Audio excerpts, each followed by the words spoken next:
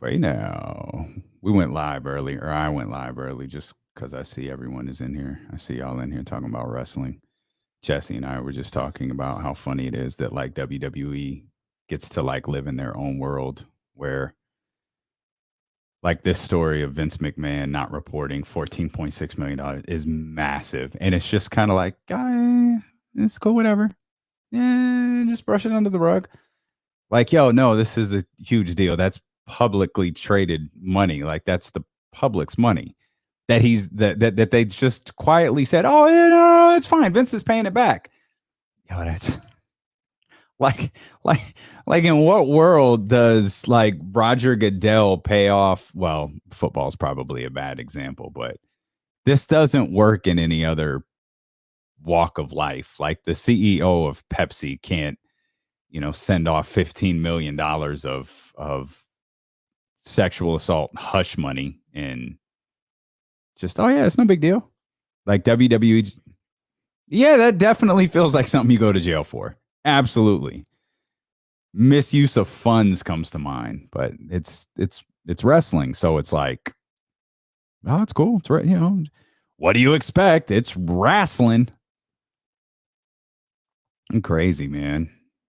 That Vince story just keeps getting. I would say crazier and crazier, but it just keeps getting more. Yeah, I figured. Yeah, I figured. Just over and over and over again. Okay. If you know what, if Vince wasn't 77 years old, I could absolutely see that happening. Vince having a match at WrestleMania for $14 million. Oh man, stop this, Rich. See, Rich, you got me. You get that's Rich has been in the rundown. What's up, Miss P? Just so everybody doesn't get disappointed at the same time. Casey's still off today. It's just me today. Hammer will be in at 3. At least I think Hammer will be in at 3. I didn't really. James Ham could very well be sick of me and just be like, "I'll see y'all later." I'm very much not on vacation. That would create a situation of unforeseen circumstances where there would be no programming. Yeah, I'm good with this. You know what I wonder about this stuff, though. Since we talking wrestling early, what I wonder about this stuff is like how much of it is real. Like, because Vince is still the main shareholder. Like Vince is really just after all of these years, just gone, just out, not doing anything. I mean, maybe he is, but still, it's hard for me to believe. Like, does Hunter have to run ideas? But hey, Vince, here's what we're gonna do. You know, it'd be you know what if it's true, if this is true, I expect to see a massive improvement in their creative. By the way, SmackDown was so gross. Did you see the start of SmackDown? Did you see the Stephanie McMahon thing? She came out and led the like, what was it? Thank you, Vince chant. It's like, yo, what are you guys doing? Like, what are we doing? They they she was like, thank you, Vince. Like, man, like what are we doing? Oh man, ridiculous. No, I think he was demoted today. I don't think he's the head writer anymore. I think Triple H's job is the head of creative is actually the head writer, but I think Bruce Pritchard was demoted. Yeah, they got they got Bruce and catering like they did Eric Bischoff for 2 months. Then they'll just let him go. Then he can get back to hosting a podcast that doesn't suck. I used to love that. I used to love something to wrestle with, man. I listen to that podcast every single week, every week without fail. But man, it like when he went back to work, it dove quick. Now I don't even think they do new episodes anymore. Oh man, yeah, if that's the case, that ain't gonna last long. that is not going to last long. Right? There is that dynamic. Like, he is married to your mother, and you're out here leading a thank you Vince chant. Oh, man, that's crazy. Like, that's it's literally Succession. It's 100% the TV show Succession. That's absolutely what it is. Oh, man. That's your mother that he cheated on. Goodness. Believable. D'Lo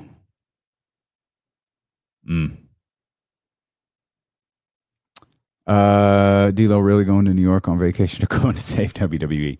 Nah, WWE, that's not my bag, man. That's the leader of Degeneration X. It's up to him to save it. And I love you. Can we talk about also like co-CEOs? Like what company has co-CEOs? Nick Khan has done a fantastic job. Let my man rock. Like what are we doing? We need what was her name? Kathy Bates' character on The Office. Oh, no, she was the boss from no, not Nelly, from damn it.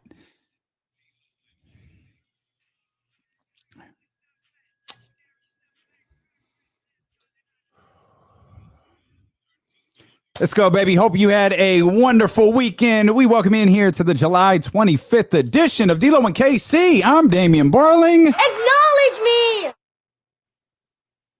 That's it. I can acknowledge me. There ain't nobody to acknowledge. Casey's still off. He's traveling back to California, Louis Vuitton bag in tow, and James is quite honestly just sick of me. James Ham will be with us coming up in the final hour of the show. At least I think James Ham will be with me in the final hour of the show. Again, he could be sick of me and just be like, hey, I'll holler at you guys on Wednesday. But I fully expect James to be here. KC will return with us tomorrow, which means phone lines are open for the first time in a week when we have someone who joins us through the video stream for an entire show like Hammer did last week. We can't really go to the phones. It gets a little dicey, both for the streaming audience and for the radio audience as well. So we just kind of shut those things down for a little while. I know Leezy's been holding in hot takes for over a week.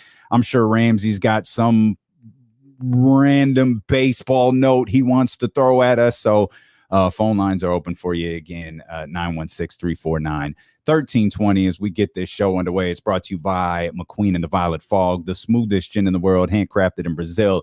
You can watch on twitch.tv/ESPN1320. You can watch on youtube.com/ESPN1320. As you're scrolling your timeline on Twitter, you can even check us out there. But wherever you are, we appreciate you so much for being with us. Man, it's amazing how like a couple of throw-in lines in different articles, different reports, different podcasts, different interviews, different TV hits can cause quite a stir. And there were a couple of them over the course of the last 24 hours. Let's start with the one that involves the Sacramento Kings.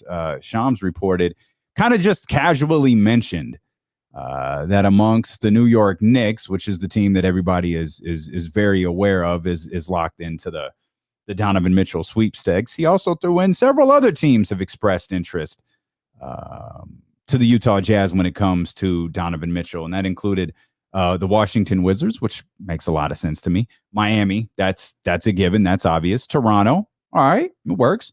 Charlotte, Atlanta. I don't know what Atlanta's doing, but that's fine. And Sacramento. And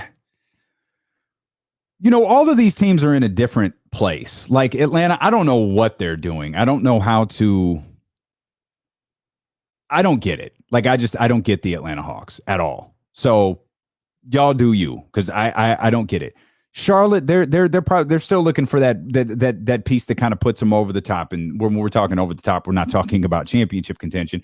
We're talking about winning a play-in game. We're talking about establishing themselves for the next 4 to 6 years. Like I can see them reaching for that superstar to pair with the LaMelo Ball. Now you can argue whether that's the right combination or not, but I get it.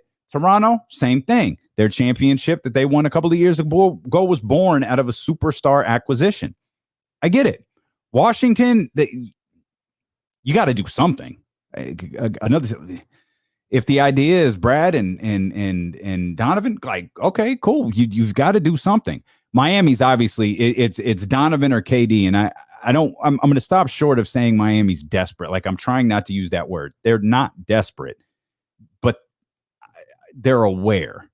Like, I think they understand what's facing them. I think they understand what's facing them in this Eastern Conference, and they know it's KD or it's Donovan. And this is to win a championship. This isn't anything else. This isn't to get to the Eastern Conference Finals.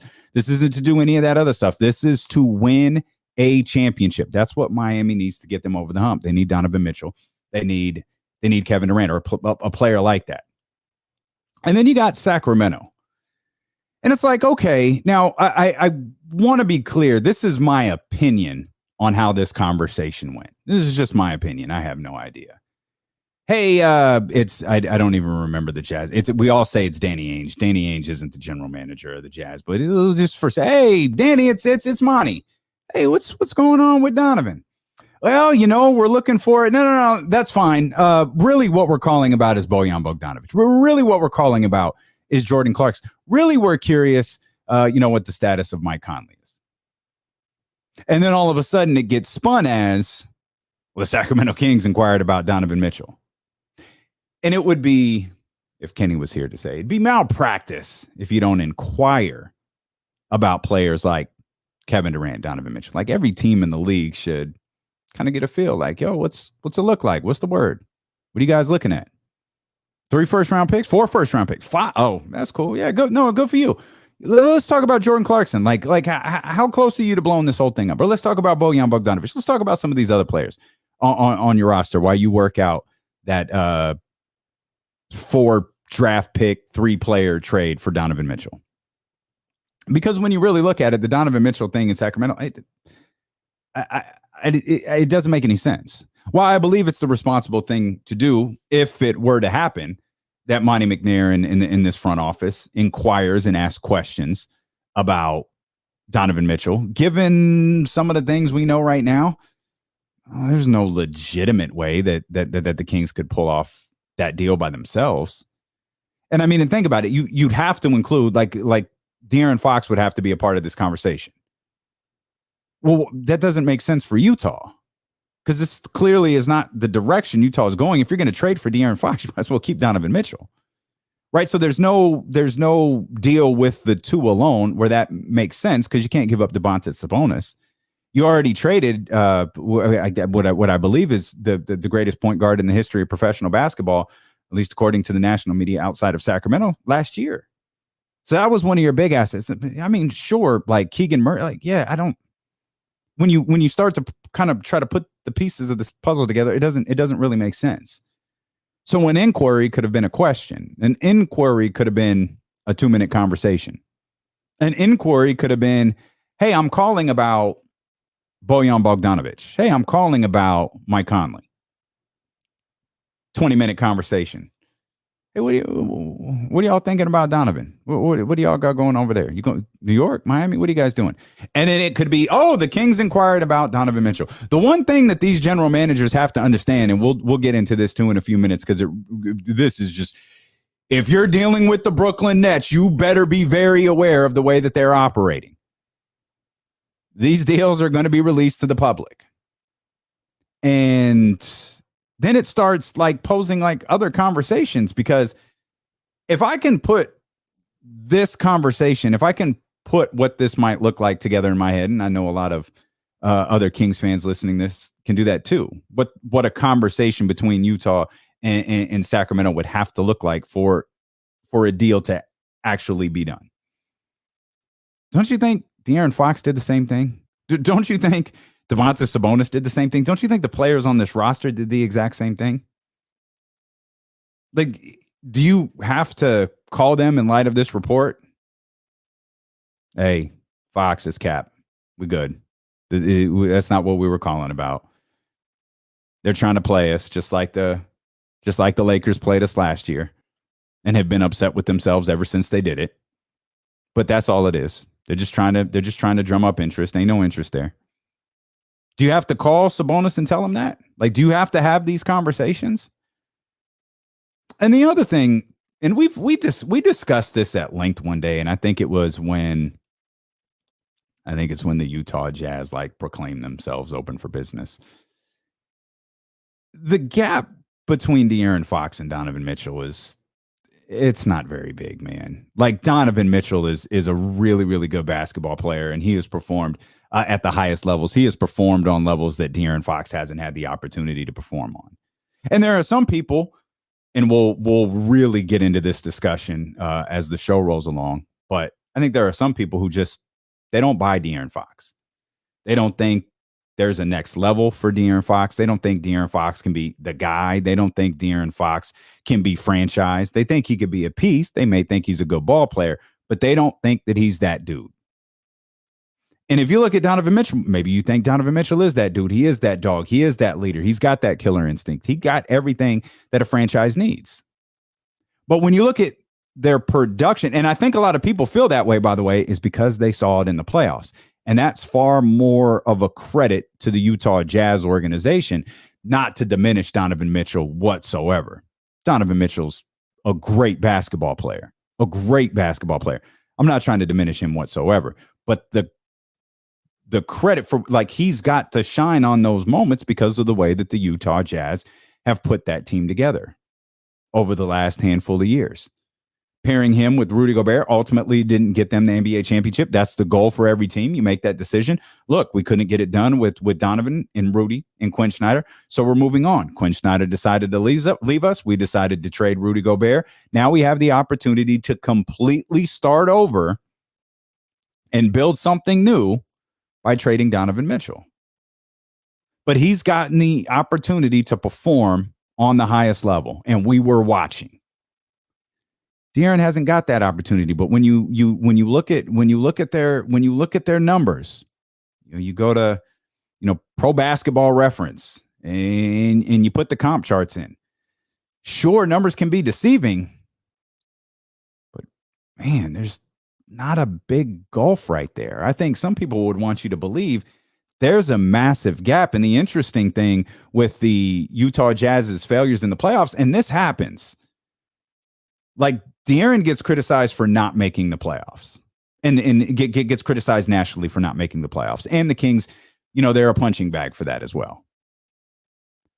He gets criticized here for not making the playoffs. He gets criticized by this fan base for not making the playoffs. But the truth is, once you get there, if there's only so far you can go, you're going to start getting criticized. Donovan, I think, was right on the cusp of starting to get that criticism for not getting his team over the hump. Now, what may have bailed him out a little bit was the fact that Rudy Gobert stunk in the playoffs.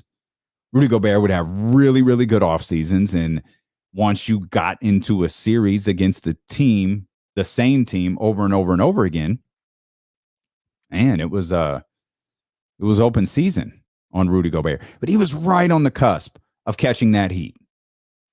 Like James Harden catches it. I think rightfully so. We've seen the way James Harden performs in the playoffs.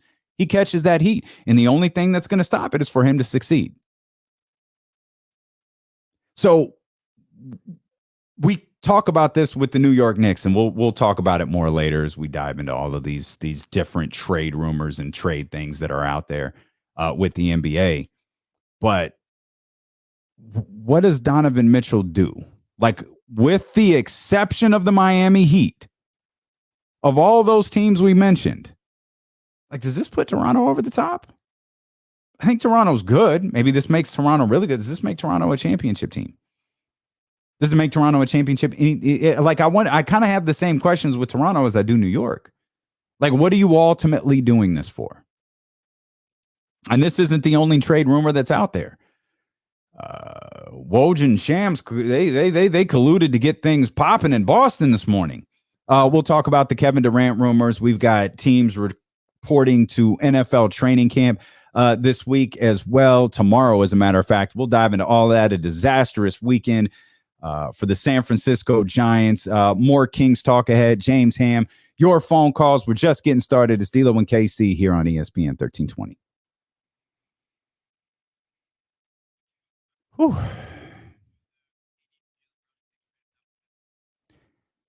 The proposed trade, Jaylen Brown, and it was a pick, right?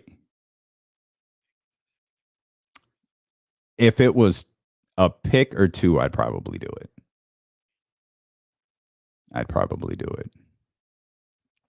So yeah, we'll I think we'll do this next. We can get to the I had like a Kings thing. It really spun off of that. I'm not trying to clown the dude. I can't remember his name, but the dude from the betting thing that Trista tagged us in last week. Like I laid out this whole thing just kind of based off of that because I thought it was so silly. What's that? Okay. Appreciate y'all being here. Appreciate y'all leaving when you realize not leaving when you realize Kenny was here. I know everybody's here to see Kenny. Even Trista. Where's Kenny? Man, it's cold world. Cold world. Brian, I'd read that. Yeah, that's perfectly fine. Because you know what? Bojan expires too. Nick asked you. Okay, that's it. Nick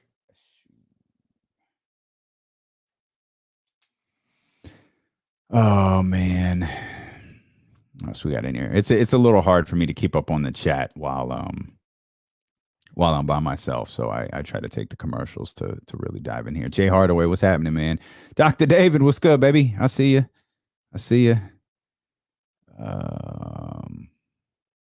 Lazy, what's happening? Solo show and Kathy Joe Bennett, that was her name. Yeah, Joe Bennett. I don't even remember what we were talking about Joe Bennett for. Oh, we need Joe Bennett to come in and fix the WWE. That's what it was. Y'all got two people doing the job of one person. Kathy Bates. The funny thing is, like that last, like after Michael left, there are massive stars on The Office. Like Will Ferrell, James Spader. Like there's huge television stars and movie stars on those last couple of seasons. Like Jim Carrey was in it for like 2 minutes. I think he wanted to go to the Poconos, if I remember correctly. Okay. All right. I get it. Ha ha ha ha.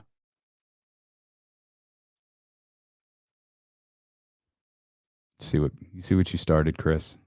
I know you're watching too. Jim, what's up, man? Patrick, what's going on, baby? If the trade is Mitchell, some picks and some expired. Nah. Well, yeah. Yeah, Utah's not going to do that. Oh, Finger Lakes, that's what it was. What was it? Yeah, Poconos. I think, did Pam go to the Poconos? Pam and Roy went to the Poconos. My man, Finger Lakes, that's what it was.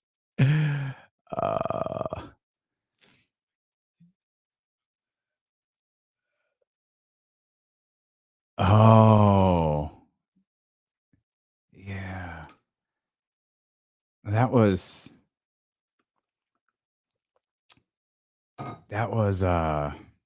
Sandals, Jamaica. No, that was where he went with Jan. He went to Sandals, Jamaica with Jan. Oh man. Who's my favorite AEW wrestler? I mean, I'm not trying to be funny. I do like Ricky Starks. Like Ricky Starks is a bad dude. There are worse dudes to be compared to. I really like Ricky Starks. I mean, I not to be like, I love Daniel Bryan. Like, I mean, I think Moxley does a great job. Put out a wild stat on Fox if you haven't seen it. All right. Oh, here we go.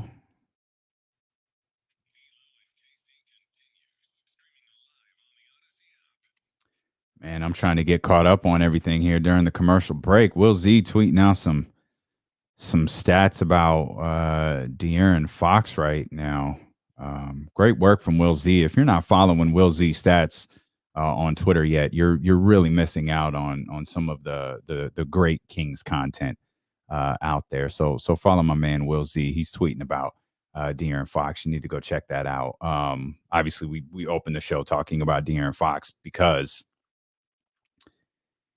of the one little throw-in line from Shams regarding the Sacramento Kings allegedly having interest in Donovan Mitchell and having conversations with the Utah Jazz. Again, you could take that for whatever it's worth, but that's kind of the theme of the day. Like, we're approaching the Major League Baseball trade deadline, but the talk is still about where the superstars in the National Basketball Association are going to land.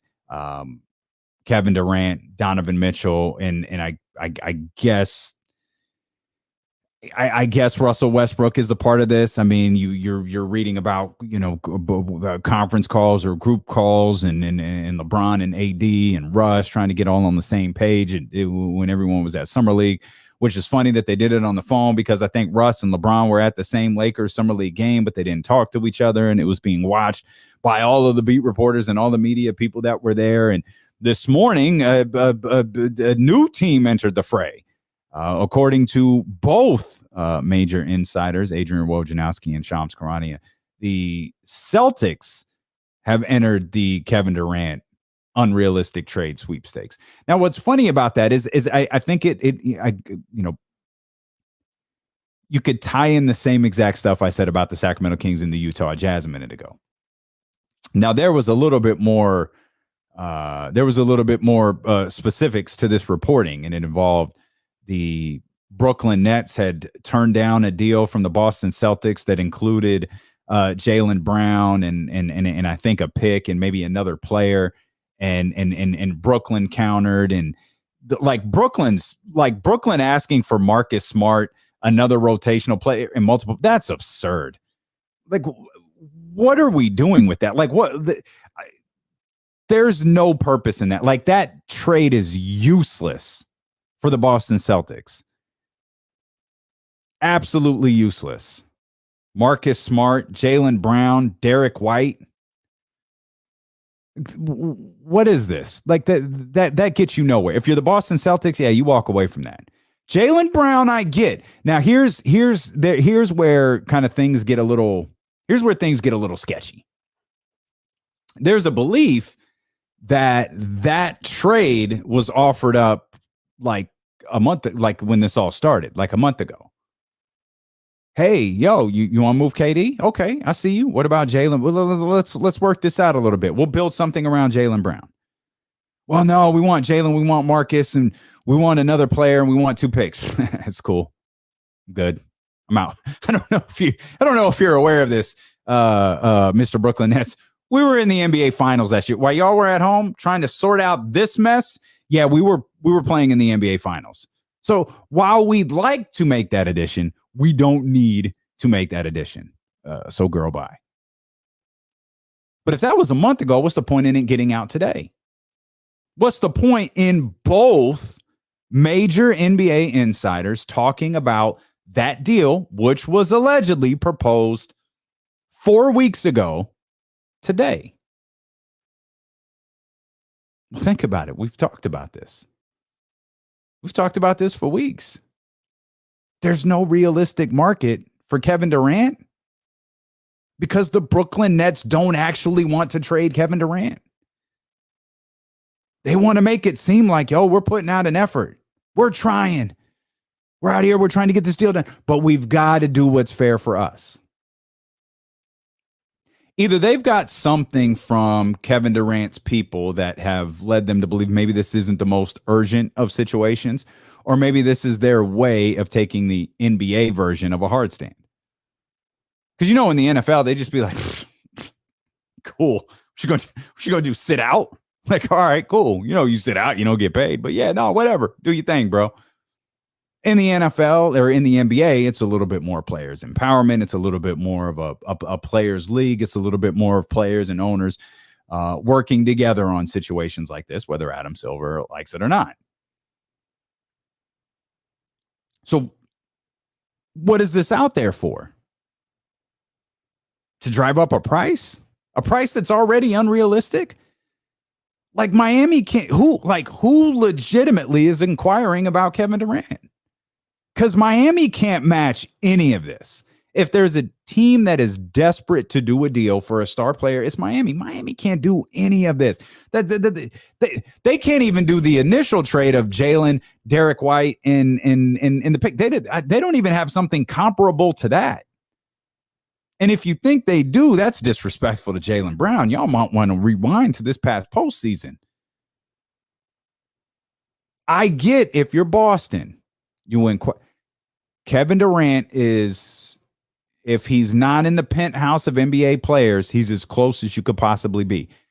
I think Kevin Durant is still very much in the penthouse of NBA players. He's in that rarefied air with Giannis and Jokic and LeBron and Steph. He's in that category. I get if you're Boston, could this put us over the top? Could this be the move that solidifies us as the favorites? Because the upper echelon teams in the East are trying to show that they're trying to take that step forward because they realize, oh man, Boston, Milwaukee, Miami. I mean, you throw Philly in here. It's a lot of that's who stands out. Like I just with what I said right there, who stands out in that group to you? Milwaukee was there 2 years ago. Boston was there last year. You super comfortable either one of them are running it back? What about Philly? James Harden's the hero. He did everything to save this team. He's locked in. He's committed. All right, cool. And then you got Miami. Toronto's clearly ready to take a step forward, but can they break into that group of players right there? 916-349-1320. Lazy, I know you've been anxious to get in here for over a week, man. What's happening, brother? Yo, D-Lo, what's good, man? I had a one-day suspension. Yeah, I had a one-day suspension that it ended up being a whole week, man. Yeah. I feel like, look, it's getting ridiculous out here. That's all right. Time served, buddy. Time served. You're all right. You're right. But, hey, I just wanted to call in and touch on the topics you were going over, man. If it was me, obviously I'm a big Miami Heat fan. I don't really want Kevin Durant. Like, he's too injury prone. I understand, obviously, he'll put you over the top and make you the favorite. But I'd rather go get Donovan Mitchell. I feel like he could put together a good package of, Duncan Robinson. Yes, he has a big contract. Tyler Hero. And Nikola Jovic, their new kid, their rookie they drafted. He's pretty good. 6'10" guard with good handles, good shooting. I think that'd be a good deal. And also, just wanted to touch on what you talked about a little bit earlier about Fox. Fox and Mitchell, Donovan Mitchell. Mm-hmm. I definitely agree with you that, they're pretty close in skill and all that. And I understand, Fox gets a lot of hate because he hasn't made it in the playoffs, but he hasn't had the teams that Donovan has had.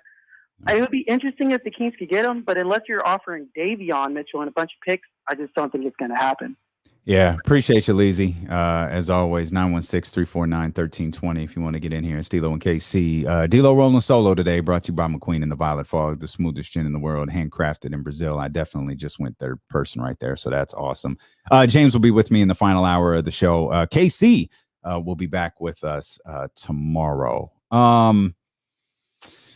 Let's start with the Kings deal that Donovan Mitchell and a bunch of picks. I mean, and we can get clarification from James on this, but because before the deal went through, James has always said you can call Atlanta and kind of reshape the parameters on those pick protections. But that was before the trade had actually gone through. That was just in the days, since we heard about it, to the days that it actually became final. I don't know if that's something that could still be done because you'd have to scratch the parameters on that deal on anything that involves trading picks. And even at that, given what we're seeing, given what the New York Knicks have the opportunity to offer, there's no deal there for the Kings to make. And I'm not even like against it. Like that's not it. It's not that I don't think Donovan is a great basketball player. It's not that I don't think he's going to help any team that he's on.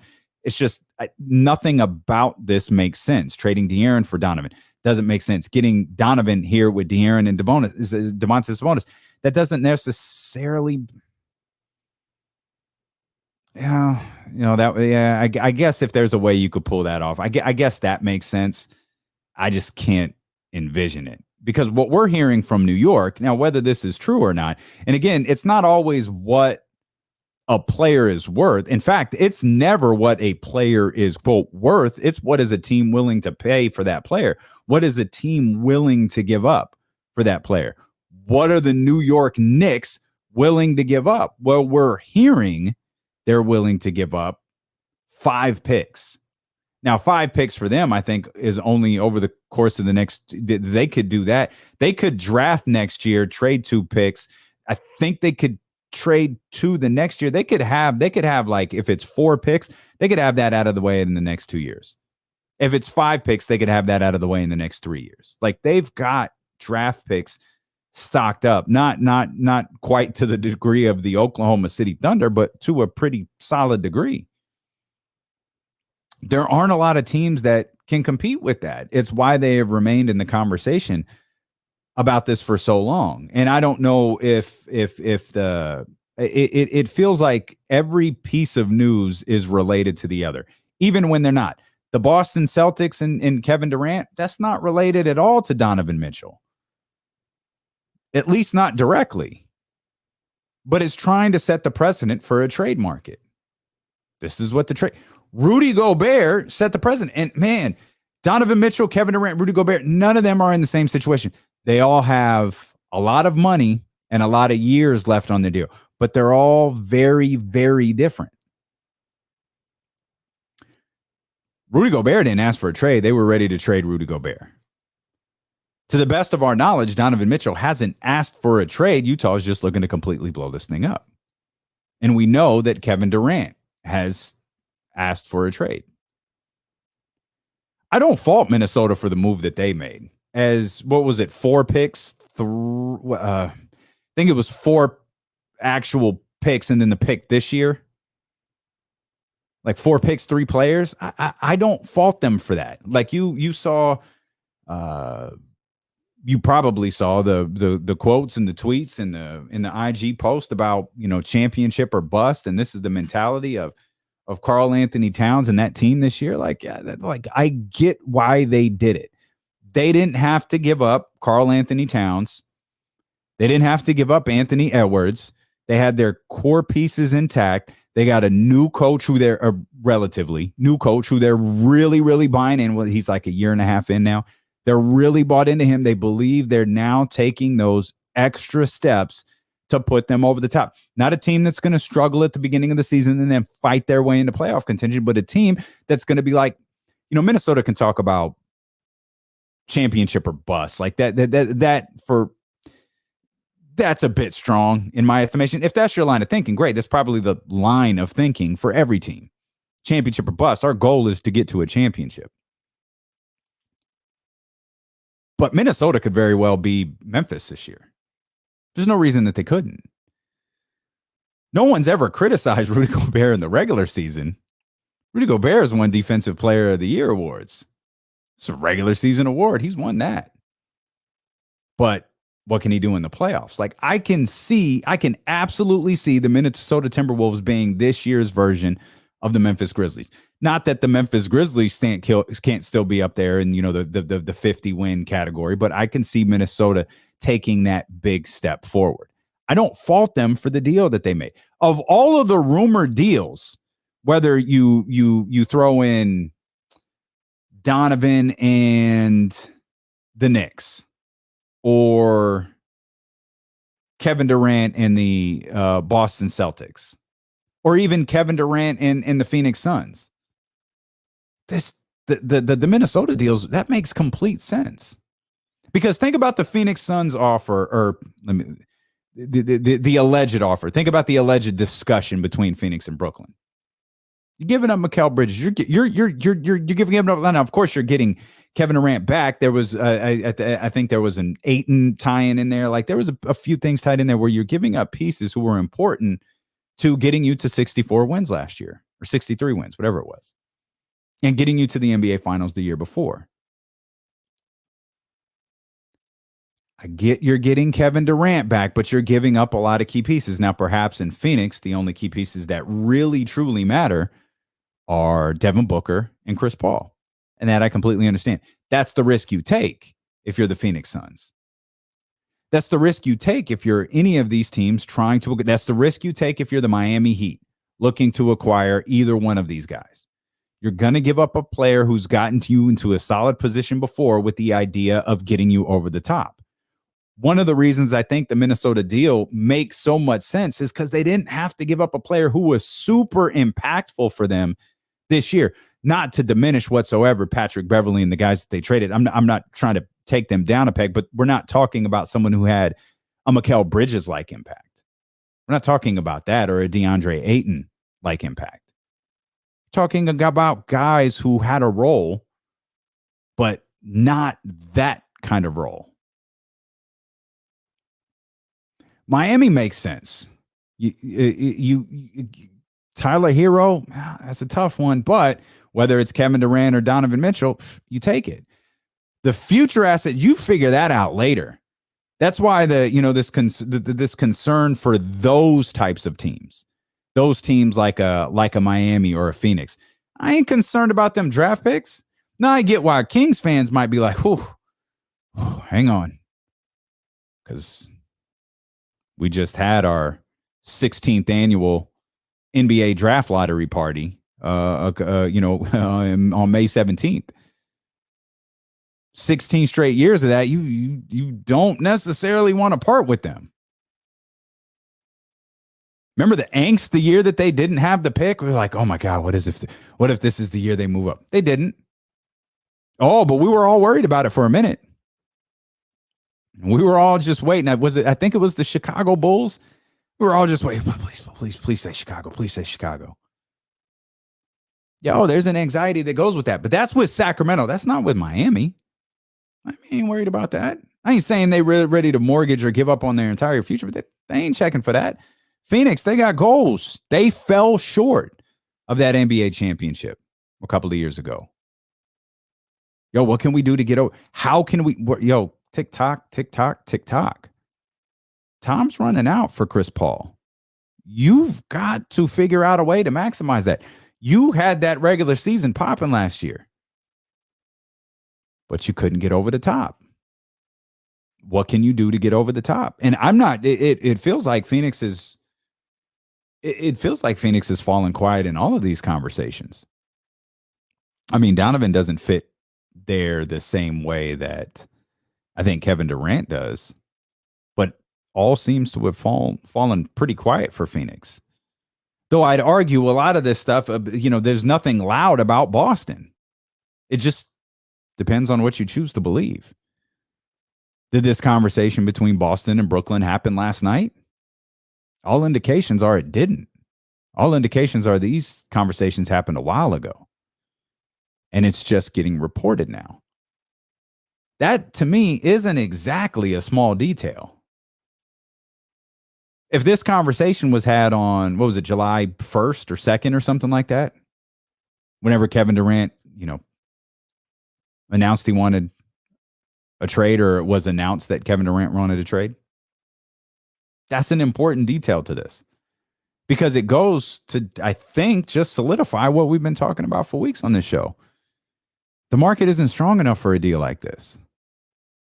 The market isn't strong enough for a deal like this because Brooklyn doesn't really want to do this. They don't want to trade Kevin Durant because they know if they trade Kevin Durant, they ultimately got to trade Kyrie Irving. I think they're hoping, and this is my honest to God belief, I think that they're hoping. Remember, Kevin Durant's contract doesn't expire. Kevin Durant has 4 years on his deal. 4. I think Donovan Mitchell's the same thing. I think Donovan Mitchell's 4 years. I think Rudy Gobert's 4 years. These are a lot closer to like a Ben Simmons type trade than like, James Harden when he had 2 years left. Like, these dudes have a ton of time left on their deals. And that complicates things, because if I'm Brooklyn, I'm like, what can you give me to set me up for the next 4 years like Kevin Durant would set me up for the next 4 years. And my belief is Brooklyn is just hoping this blows over. That they hope Kevin Durant was just kind of a little emotional, to steal a line from early in this show. He was a little emotional.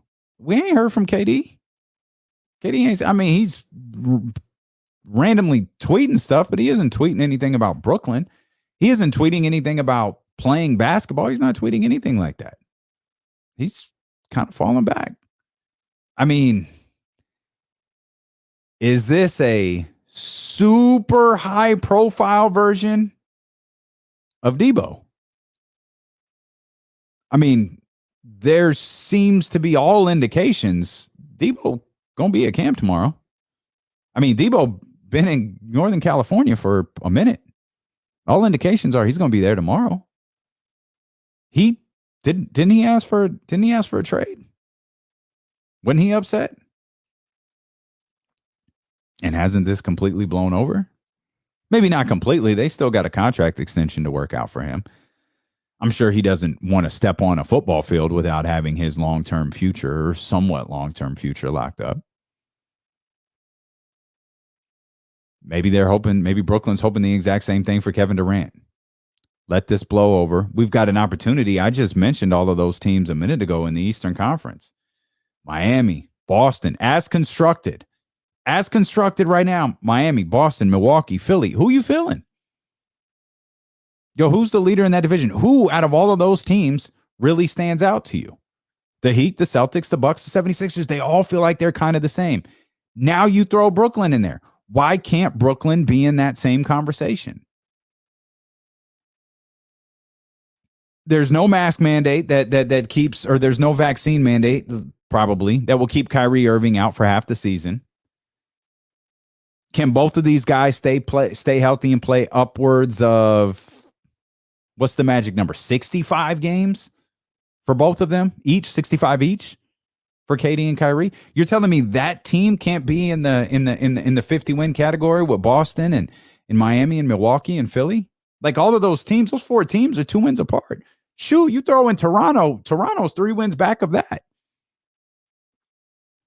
Scotty Barnes, take it. And that's why I think you see so much activity with guys like Donovan Mitchell and Kevin Durant. That's with these superstar players. I think that's why you see so much activity coming from the upper part of the Eastern Conference. Those teams are desperate. Someone is desperately trying to separate themselves.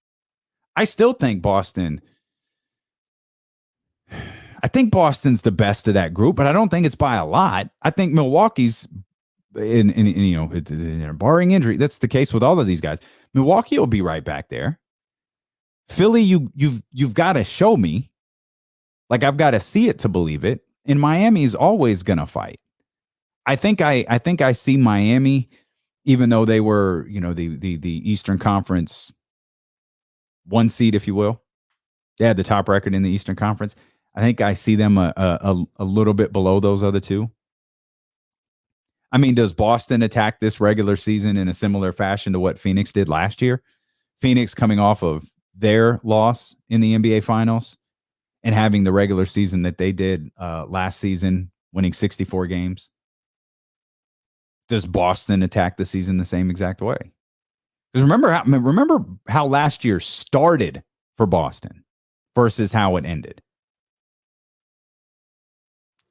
Can they carry that the entire year? Can they definitively be the best team? And then the caveat to that is you do the same thing. You look at what Phoenix did last year. They did that. They attacked the regular season. And they did not play in the NBA Finals. And the eventual NBA champion came out of the Western Conference. We'll talk more basketball. We'll talk NBA as well. I think my man's name is Nick Ashu. We played this clip from one of Odyssey's betting shows on Friday. Trista Crick tagged this thing.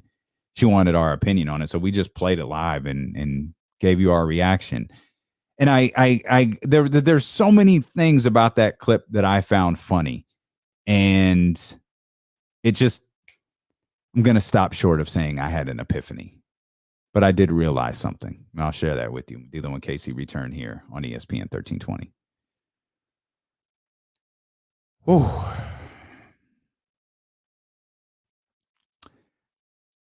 Donovan Mitchell's not a superstar.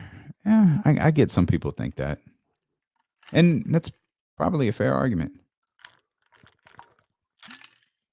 I'm good, man. I got it. It's a different muscle, man. I like doing this every once in a while. It's nerve wracking and it creates for a long morning. I actually thought today's show came together pretty easily. I had a few ideas yesterday, and then the Celtics and Donovan Mitchell stuff was like, oh, I got this. Let me put this together.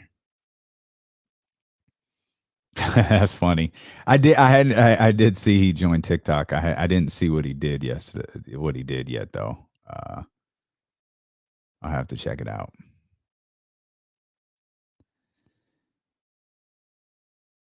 Kyrie. Oh, SI trying to predict. I see you. Sorry guys, I'm trying to catch up on everything that's still y'all got going on here. If the WWE sells to NBC. Oh, that's funny. Oh, y'all still talking about wrestling? All right, I ain't even mad. Oh, that's why y'all are talking about wrestling. Okay. That's been that rumor's been out there for a while. Hard for me to believe, but given what's happening, I get it.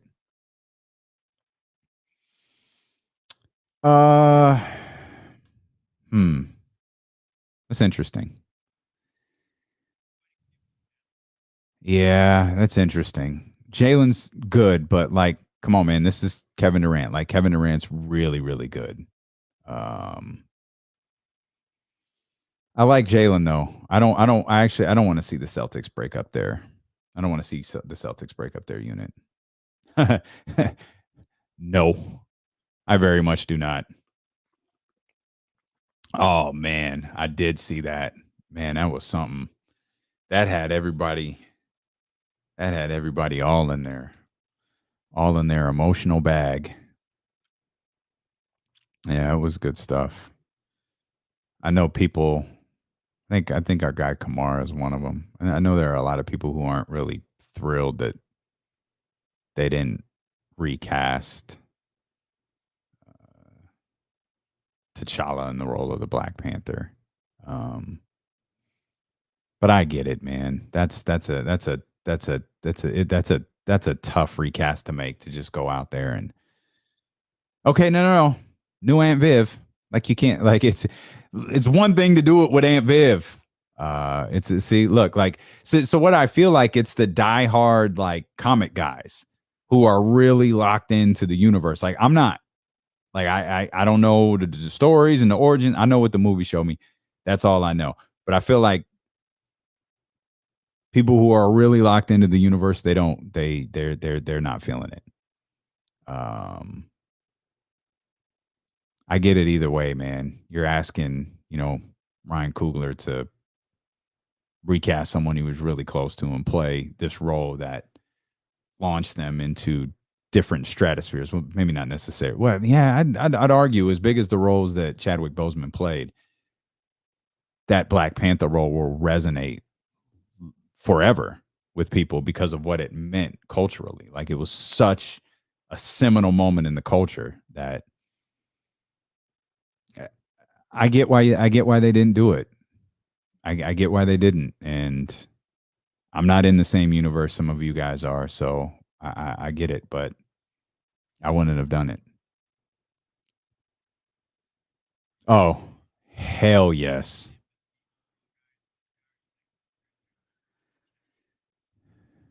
That's a good question you should ask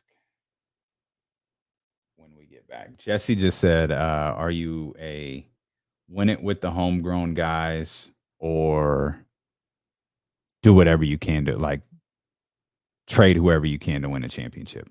And I'm repeating that to you because you won't be able to hear him, but I'm gonna have him ask me that when we get back. Oh, I gotta do the ceiling is the roof.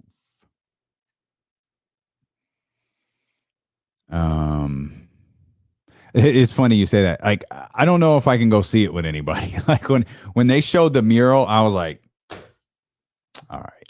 I'm gonna have to go see that one by myself. Wear glasses inside. Conversation continues over on twitch.tv/ESPN1320, youtube.com/ESPN1320. The lengthy discussion broke out about the Wakanda Forever trailer as well. And I know a lot of people aren't thrilled that T'Challa wasn't recast. The Black Panther role wasn't recast, and that's going to hinder the movie and the story. And I feel like people who are really into that like universe of comic book movies and comic books, like that's how they feel. Me, that's not my bag. Like I was looking at it. I've always looked at that from the perspective of Ryan Coogler. Like you're expected to go out there and recast a role that is going to culturally live forever and had the greatest impact on his career and his many amazing roles, from James Brown to Jackie Robinson to Thurgood Marshall, as Chadwick Boseman has played. Nothing will resonate more through the rest of history than Black Panther. And to just go out there and Aunt Viv that joint, like, nah, here's a new Aunt Viv. You can't. And it looks like, and the comic people can correct me if I'm wrong, it looks like they're trying to tell a story that leads us to a new Black Panther, if you will, a new version of T'Challa. But I don't fault them at all for not recasting Chadwick Boseman. But those are conversations that happen over on Twitch, YouTube, and Twitter. If you ever want to check us out, man, you can always go back well after the show and catch some of the video portion of the show. Again, it's twitch.tv/ESPN1320, youtube.com/ESPN1320. The ceiling is the roof. Let's make it happen. Let's keep moving forward. The ceiling is, in fact, the roof. And we've got our Ceiling is the Roof performance of the night brought to you by ACR Solar and Roofing. Call 916-481-7200 to set your appointment. My appointment was last week, man. They came out. They actually got on the roof. They looked around to see if I had any loose tiles, how old the roof was. Thankfully, it wasn't too old. And thankfully, solar, especially out in my area in Roseville, is a solid option for me. I'll know how solid come this Wednesday, because he took my bill. He took a report of like the last 12 months, and they're gonna figure out really like what solar might do for me and how much it might save. And with the temperature being what it's been for like the last 2 weeks, man, I'm here. I'm all for it. And the only thing hotter than the temperature this weekend was Tina Charles of the Seattle Storm. There's a lot of players who were worthy of this performance of the night. But because I spent a few years around Tina Charles, I've always been a really big fan of her. She had 27 and 15 last night and passed the 7,000 point marker. She joins Diana Taurasi, Tina Thompson, and I think Lisa Leslie is the only players who have passed the 7,000 point marker. So congratulations to Tina Charles. She is our Ceiling is the Roof performer of the night, brought to you by ACR Solar and Roofing. Call 916-481-7200 to set your appointment. Jesse, you want to throw that question at me that you asked during the commercial break? I thought this was intriguing.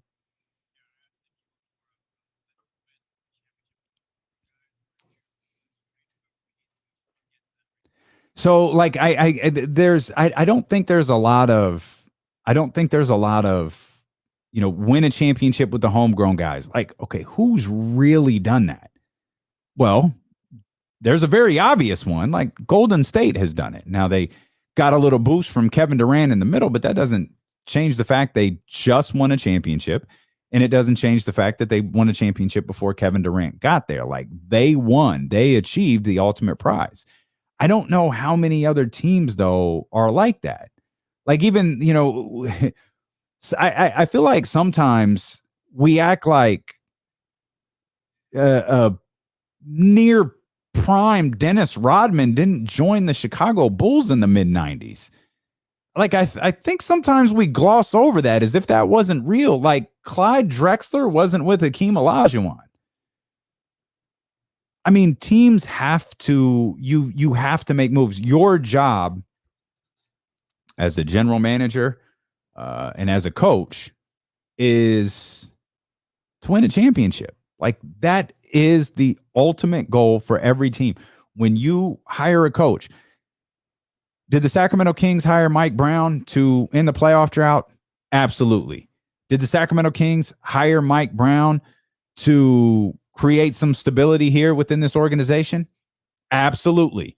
Did the Sacramento Kings hire Mike Brown to win an NBA championship? Of course they did. That's the goal of every team, with every coach, with every general manager you acquire. I think what gets called into question sometimes is the moves that you make. Like the Utah Jazz, they're obviously not trying to win a title right now. That's not their goal. They did that, but that's no longer their goal. They lost Quinn Snyder, decided to move on from Rudy Gobert, and whether they move on from Donovan Mitchell, that remains to be seen. And I think that's a question, worth discussing as well. What if the Utah Jazz don't move on from Donovan Mitchell? What does that mean for the Sacramento Kings? Because I think a lot of us are like, well, Utah's out, right? Like Utah is dropping down. Like we're trying to find places where we can wedge the Sacramento Kings up into, the barring just everything being an absolute disaster again. How can we get the Kings into the playoffs? Because for a new team to make the playoffs, an old team has to miss it. Utah seems like a prime example, but is Utah only an example of a team that'll miss the playoffs if Donovan Mitchell isn't around? And so I'm of the mindset of, like, who again, look around. Who's truly a team that is drafted and built and put together? The Phoenix is close, but they had to acquire Chris Paul to do it. It's just not really a realistic concept anymore. Boston's they're as close as the Warriors are. Right? Jalen, yeah. Jason, Jalen, Marcus. That's pretty close. They tried. Like Boston tried. They did it with Gordon Hayward. They did it with Kemba Walker. They did it with Kyrie Irving. It's never worked for them. It never landed. It never hit. And the time they get to the NBA Finals, out of all of those teams, they did it with that core group. But the question is that core group of the Boston Celtics, is that enough to win an NBA championship? For my estimation, it is. Grant Williams took some slack, took some jokes, the hands of Steph Curry last week, and at the hands of a lot of Golden State Warriors fans, for saying that the Warriors weren't better, they were more disciplined. And when he said, I knew exactly what he meant. Shouldn't have said it, but I knew exactly what he meant, because I was the dummy who, up until Jesse, I think it was game 4, up until the last 3 minutes of game 4, you couldn't have told me that Boston wasn't the better team. When they died those last 3 minutes, it was like, okay, it's tough to hold this now. But even win, lose another, no, they're better. Boston is better. And they had the life snatched out of them in that game 4 and never recovered. But I think Boston can be right back where they were last year. That's a homegrown team. But if you have the ability to add Kevin Durant without tearing up your entire roster, then you do it. It has to be the Rudy Gobert situation. That's how NBA trades normally work. They work in the vein of Rudy Gobert. They work in the vein of, you're giving up a ton of picks. You're giving up some fine role players who can potentially help you. And you're keeping your core intact. I don't love the idea of getting rid of Jaylen Brown. But I also recognize that Kevin Durant's like a notch above him. And then we talked about this with the Kings earlier. Even though it was a little throwaway line in Sham's article earlier about Washington, Atlanta, Miami, Sacramento, other teams that have inquired about Donovan Mitchell. If you're Monte McNair, do you have to make the call to De'Aaron? And there's nothing to that. It's nothing. Or do you have to call him and say, we put it in the trade machine. like Jesse did, and said Harrison Barnes, Davion Mitchell and Terrence Davis, that works for money. We were trying to figure out how many draft picks they want. We thought we had the opportunity to acquire Donovan Mitchell for Harrison Barnes. I mean, do you have to make that call? And now, what do the Boston Celtics do? Does Brad Stevens have to call Jalen, be like, bro, that was just a conversation. We did have this conversation. We had it a month ago. It wasn't a formal offer. Or do you tell them the real? No, we thought we had a chance to get Kevin Durant. Like, how do you, like, if you're Jalen, especially given the way that Jaylen Brown played in the playoffs, how do you have that conversation? I think reacting to Jason Tatum's struggles in the playoffs is it's just that it's a bit overreactionary. But Jaylen Brown was bad. He was that dude. How do you reconcile that? And we can easily say, yo, it's sports. You got to put your egos aside. You got to it's the business. It's part of the game. You got to understand that. Like, yeah, in theory, that's fine. In theory, yeah, you can do that. No, I get it. No, you could say all of the right things publicly. No, I get it. It's a business. But you look at the way that you performed and the things that you did for this team last year in the playoffs and in the regular season to get your team where they are, and you find out you were about to be traded. Again, you can, hey, it's a business. Hey, KD's really good. You could do all that. You can't tell me that Jalen's not bothered by that. Jalen hit us with the Kenny Caraway. He hit us with the SMH this morning. Like, oh man. All right. What's that mean? Does that mean he's upset? Does that mean it's not real? That's the first thing anybody does. You see a Woj report, you see a Shams report, you're going to go look at that person's social media profiles.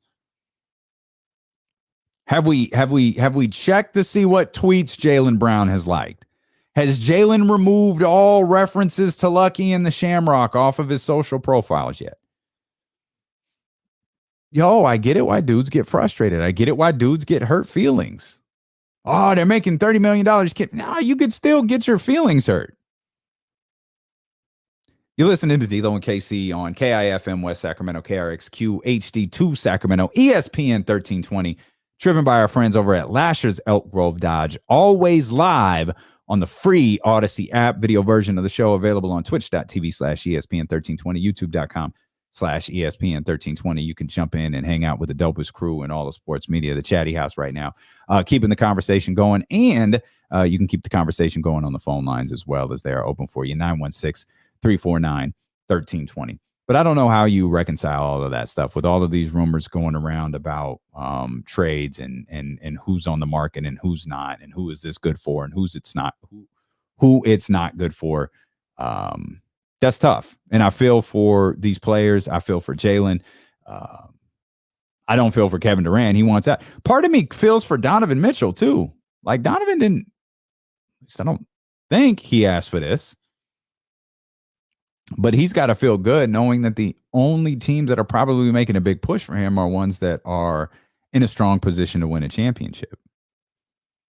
Like, when you look at teams that are rebuilding, like, he doesn't fit. Like, even if you look at a team that's kind of on the upper end of their rebuild, like Detroit, maybe Detroit's like a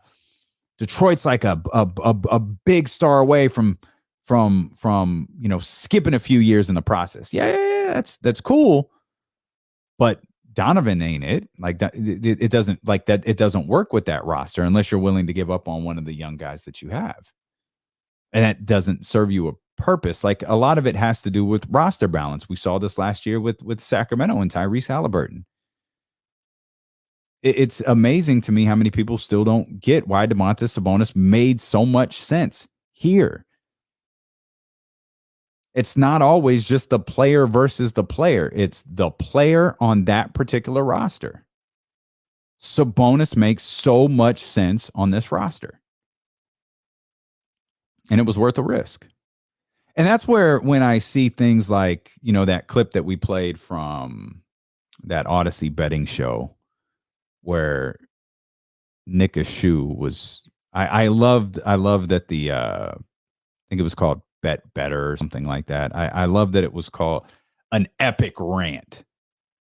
regarding. You didn't expect an epic rant on the Sacramento Kings, did you?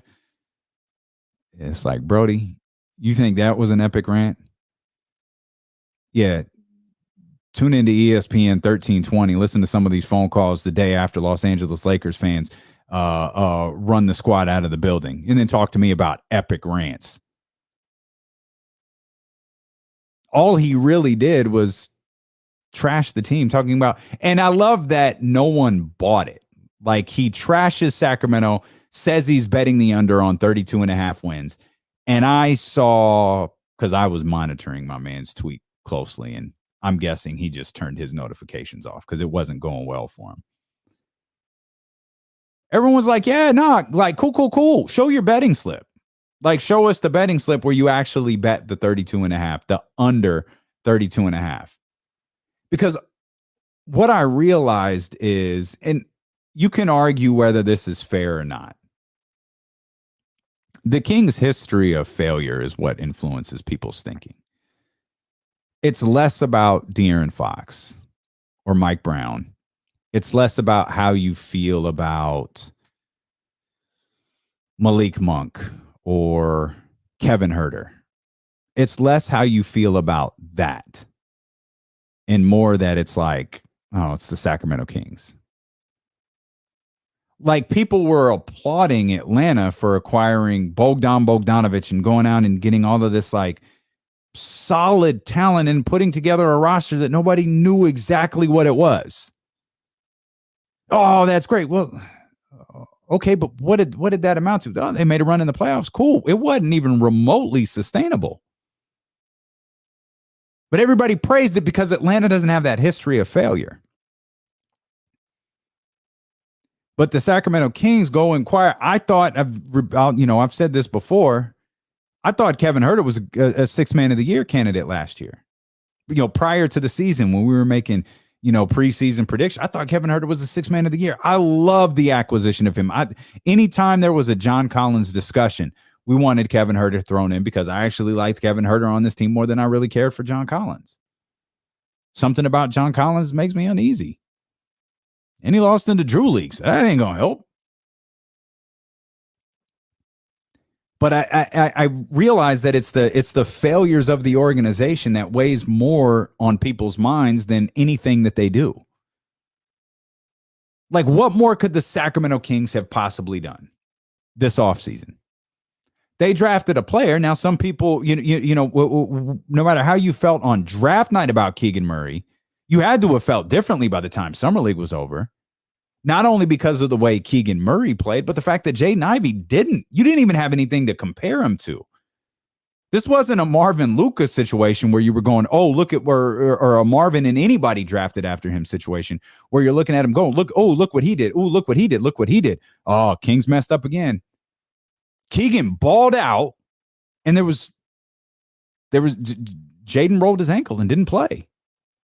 So no matter how you felt at first, if you were one of the people trashing him, if you were one of the people putting your hands in your faces, then you felt differently by the end of Summer League. I think locally and nationally.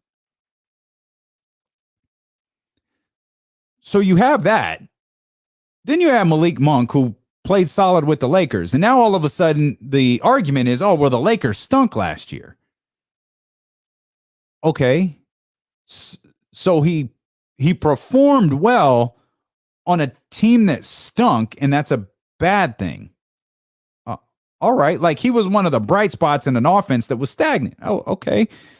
That's cool. So that's a bad thing. And now we're minimizing Kevin Huerter because he's no longer on the Atlanta Hawks. And the thing I thought was most egregious about my man was him talking about what has Mike Brown ever done in this league. And that's where, okay, now this is where I start to question your ability to do this for a living.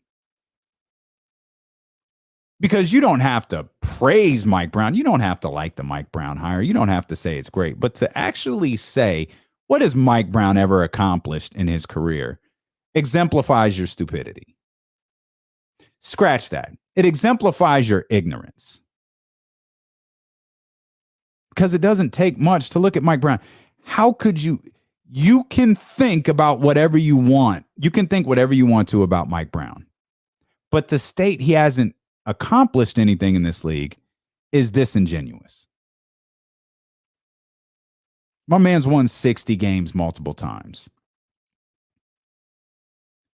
He helped LeBron James drag a severely unqualified Cleveland Cavaliers team to an NBA Finals appearance against the San Antonio Spurs.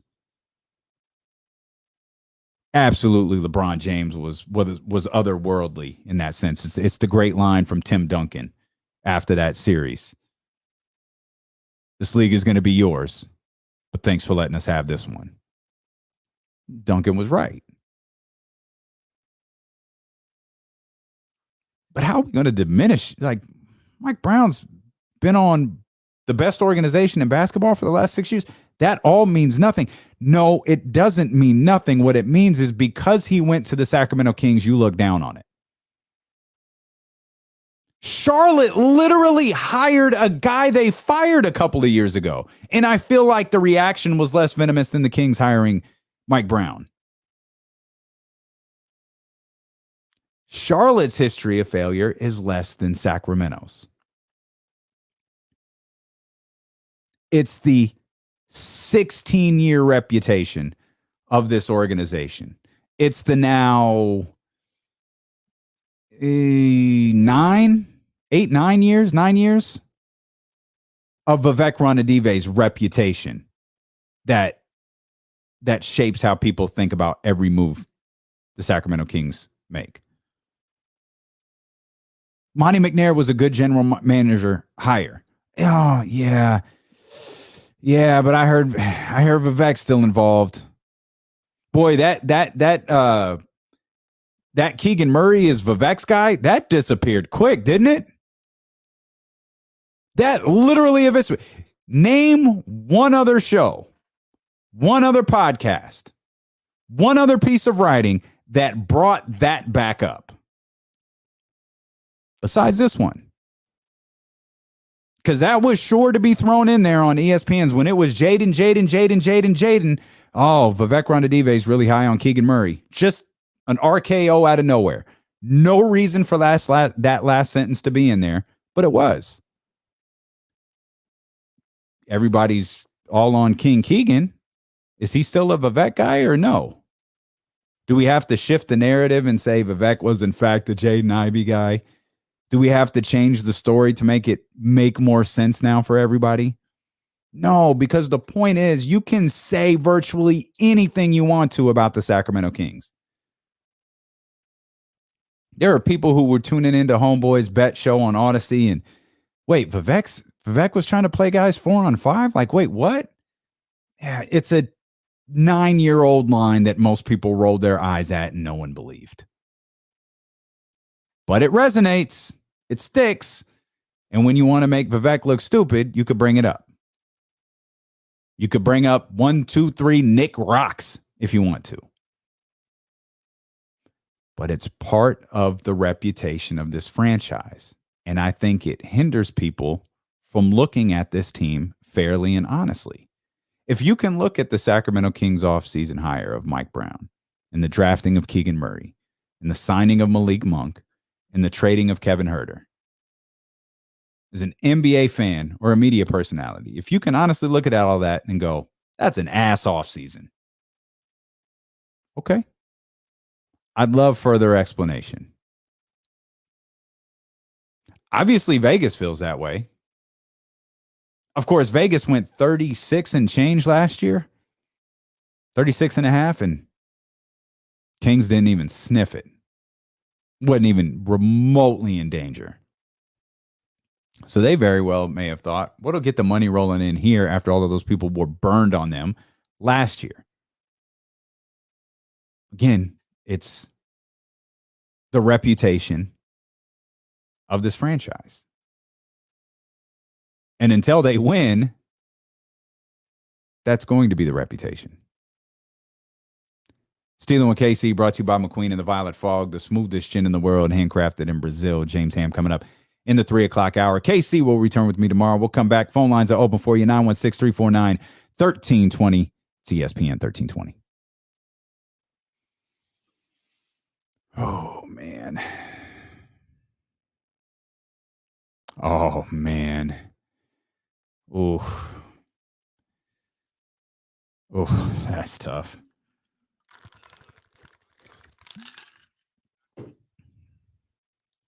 Oh, it's absolutely. Yeah, the way he's discussed will be interesting. I'm with you, man. I'm a Mike Brown fan though. I don't. He did. Yeah, he looked. I thought he looked really good. That was one of the.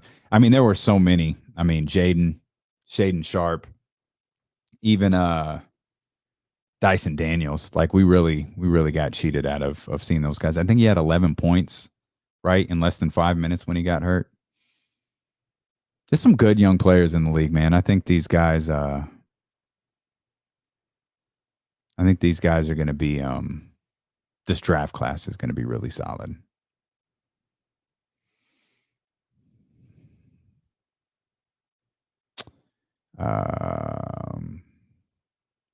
Yeah, I agree, man. I agree too. I agree too. Yeah, I don't feel bad for him though. We got enough. We got enough things going wrong. I ain't got to feel bad for the Jazz. Yeah, I noticed that too. I noticed that too. I was gonna do one of them screenshot videos because he had been quote tweeted like 25 times by Kings fans. Like it's all bad. It's all bad. Yeah, that's true. That's very, very true. Appreciate you. Thank you, Kingsley fan. Much appreciated.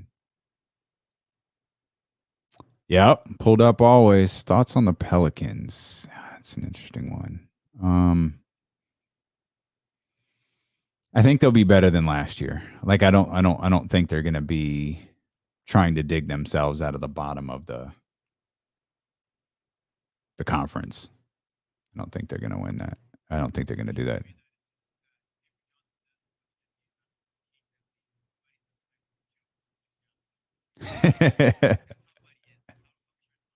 No, I maybe that could very well be true. Jesse just said, what if Buddy's just playing a joke on Avery Johnson and just keeps telling him he's unhappy on the Kings? That actually feels like a very Buddy Hield story. Mm-hmm.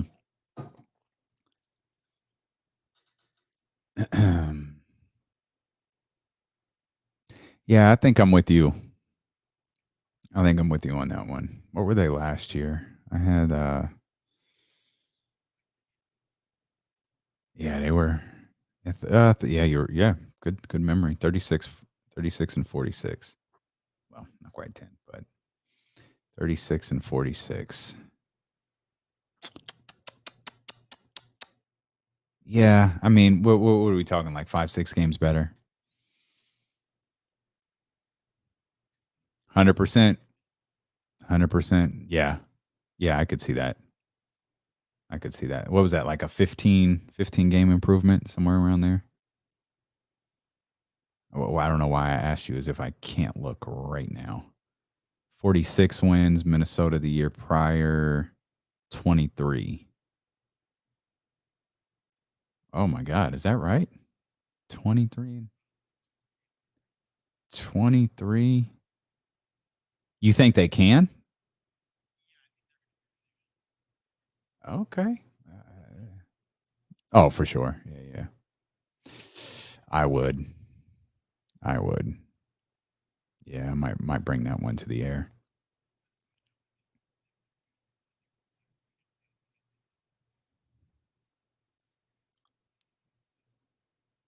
Yeah.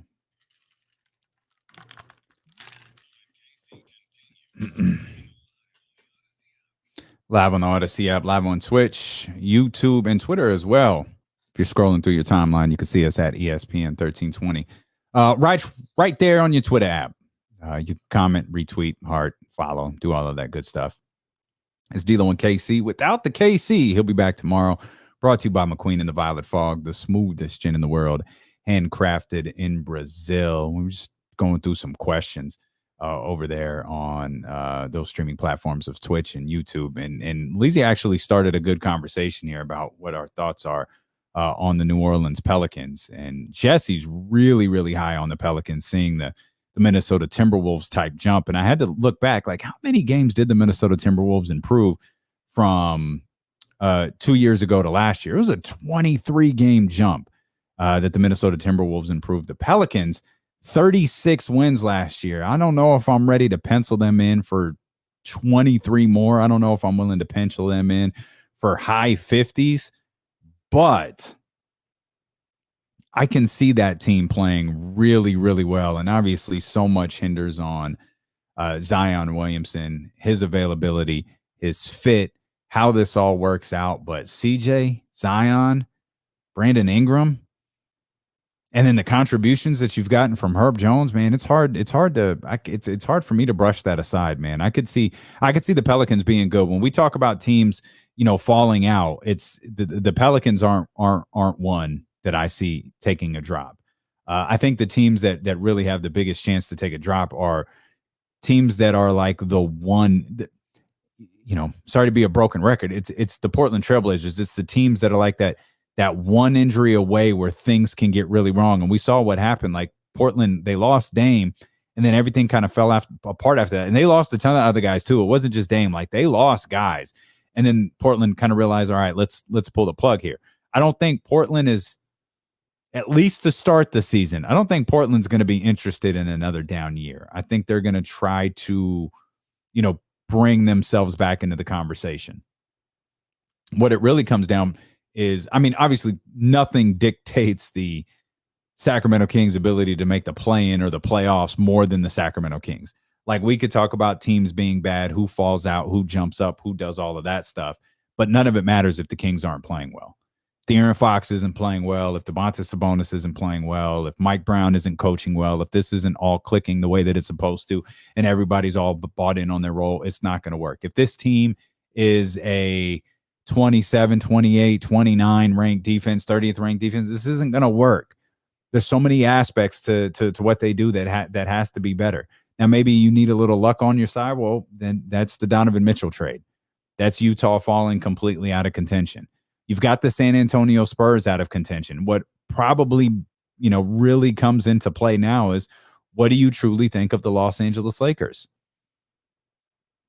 A 33-49 win team that you can feel relatively certain they're going to deal with something this year. It's just what is it going to be?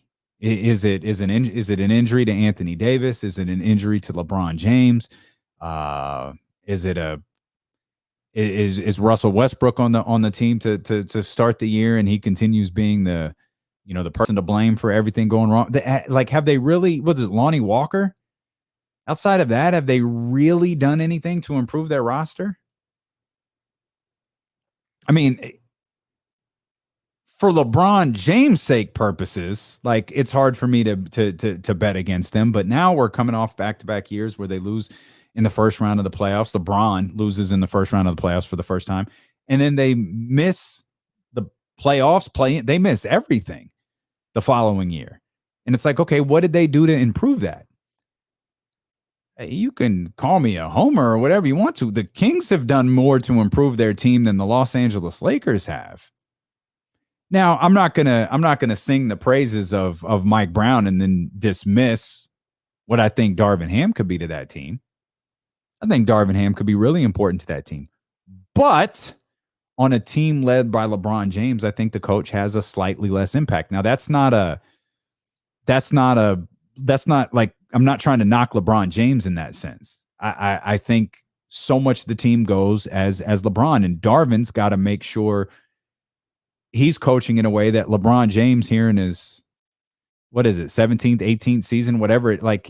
We've got to coach to this man's strengths, and we've got to coach to this roster strengths. Okay. What is that?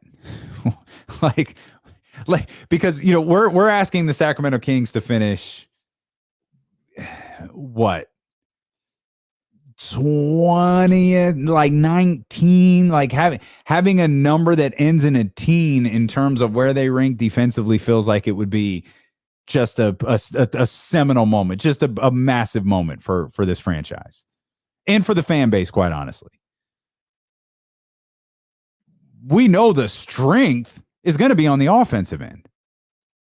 It's going to be Sabonis. It's going to be De'Aaron Fox. It's going to be the shooters that Monte McNair has surrounded these guys with. Keegan Murray, Malik Monk, Kevin Huerter. It's going to be getting contributions on both sides, both ends of the floor from Davion Mitchell. Can Terrence Davis find his groove coming back from injury and contribute coming off the bench? The strengths for this team are going to be offense. It's going to come from the offensive end. You need improvements on the defensive end, but the strengths are going to come from the offensive end. Where are the strengths from the Los Angeles Lakers coming from? They're coming from LeBron James for sure. But what's that mean for Darvin Ham? And you believe that like they can come from LeBron James and Anthony Davis. If Anthony Davis is around, like Laker fans, Laker management, Laker coaches, Laker owners, Laker colors, Laker everything is going to be nervous like the first 10 games of the season. Yo, what's AD good? AD good? What's going on with Russ? Everything's going to be antsy. You know, I talk about this with the Kings. The start to the season is just so vital to how things could play out because it sets a mental tone for them. Like, I don't think the Sacramento Kings can overcome what the New Orleans Pelicans did last year. I don't think the Kings can do that. Truth be told, I don't think the Los Angeles Lakers can either. I don't think either of these franchises can overcome that because so much is riding on this. Now the pressure for Los Angeles, it's far greater than Sacramento. We have put the pressure on Sacramento, but we already know what everybody thinks about us. We already know what everybody thinks about this team. Even when they compliment the team, they've got to throw in a dig. They got to make sure, we got to hedge our bet a little bit. We can't say anything too nice about the Kings because there's a high probability they're going to make us look stupid. So we're going to talk about how we like, and there are a few that don't. Bobby Marks doesn't do it. You know, there are a few national guys who cover the NBA who are like, they'll discuss the team honestly. I like the acquisitions of Malik Monk. I like the acquisitions of Kevin Huerter and Keegan Murray. That was a solid draft pick. They've turned that out beautifully. I like Mike Brown and the coaching pedigree that he has. I like the fact that he's coming from the Golden State Warriors. You can find that out there. And you can find a lot of other guys who will say the exact same thing. They'll say everything that I just laid out right there. Yeah, but you know it's going to go wrong. Something's going to happen. It always does with this franchise. Or you'll get what I think is a slightly more regular conversation. I don't know if De'Aaron is the guy. And there are a lot of people who might not think De'Aaron Fox is the guy. And that's okay, because if you don't, I am firmly of the belief this is the year you're going to find out. We're going to know this year whether De'Aaron Fox is that guy or not. And if he is, Kings are going to be in phenomenal shape. If he's not, I don't know what that looks like. If he's not the guy, I don't know what that means for Domantas Sabonis. I don't know if Domantas Sabonis emerges as that guy. I don't know what that means for Keegan Murray, because I don't know how much of Keegan Murray's success is going to be dependent on what De'Aaron Fox does. But in my opinion, you're going to know one way or another this season. You're going to know whether Domantas Sabonis or whether De'Aaron Fox is the guy or not. And there are various levels of the guy. There's Kevin Durant. There's that type of player. There's that upper echelon player. There's the LeBron James. There's the Steph Curry. And then there are guys who are really good ball players. Perhaps that's where Jaylen Brown is. Like, I've never really looked at Jaylen Brown potentially being being in that upper echelon. I always thought it was Jason Tatum. If anyone on that Boston Celtics roster was going to, take that tier into the penthouse in superstardom. I always thought it was going to be Jason Tatum. I never thought it would be Jaylen Brown. But Jaylen has a lot of the characteristics you need. Like, Jaylen is a great ball player. He has a lot of the characteristics you need to be. He has a lot of the skill set that you need to be in the upper echelon of that group. But there's different tiers to stardom. And there are some people that think De'Aaron is he's just a good basketball player. That's all he is. He's nothing more. And can the Sacramento Kings get by if De'Aaron Fox is just a good basketball player? Can they get by on just what we've seen? The ups, downs, the here's, there's. He's not going to be an all-star. You know, like I think it was Tom Ziller last week was writing about De'Aaron, and like Jason Williams was never an all-star. Mike Bibby was never an all-star, but those guys worked here. I feel like De'Aaron is better than both of those guys. I think he's I'm not talking about he's more beloved or anything like that. I think he's a better basketball player than both of those guys were. I think his overall game is better than both of them. Not as exciting as Jason Williams was, not even remotely close to the shooter that Mike Bibby was. But his overall game is at the very least comparable with both those guys. I'd argue that it's better. And I think he does have the ability to be a superstar in this league. And I certainly think he has the ability to be a star of a higher caliber than he is right now. But there are things that are dependent on that. Him playing for pretty close to an entire season. And I don't think De'Aaron is, injury prone or things like that. And I hate that term, injury prone. But I don't think he fits into that category. I just think the last 2 seasons have sucked, and we've seen him shut down in those seasons. Between about a COVID and in the hand. But I you wonder how different those situations would have been different if the Kings weren't terrible at the time. Circumstances matter. And I want to see De'Aaron play 70-plus games this year. If he does that, I think that's step one to him taking that next step to superstardom. Or whatever you think his next step of being a star is. Because if he's able to do that, I think he's going to be playing well. He's playing well. Kings are winning games. There's no situation with this roster, in my estimation, where De'Aaron Fox is playing well and the team's losing. I just don't see that. And as long as they're winning games, as long as he's playing well, I think the Kings are winning games. That changes the perception. It's almost like in the NFL where, a great Trey Wingo line is wins and losses are not a quarterback stat. And we use it as a quarterback stat a lot. But wins and losses are not a quarterback stat. Well, I think what happens is in the NBA where you're the clear best player on your team, those wins and losses often get attributed to you and just you. And there are 2 ways that you can go. Hey, De'Aaron, he's not that guy. Or we got to get De'Aaron Fox out of Sacramento, which is wild because that's what happened to Devin Booker. There was this, I've admitted this before, prior to Chris Paul's arrival, I just thought I didn't get Devin Booker. I was like, yo, what makes Devin Booker any different than anyone who comes to Sacramento and scores a bunch of points? Like he's a multi-level scorer on a really bad team. He's a multi-level scorer on a team that doesn't win with him. So what does that say about him? Why is Devin Booker looked at differently than De'Aaron Fox is?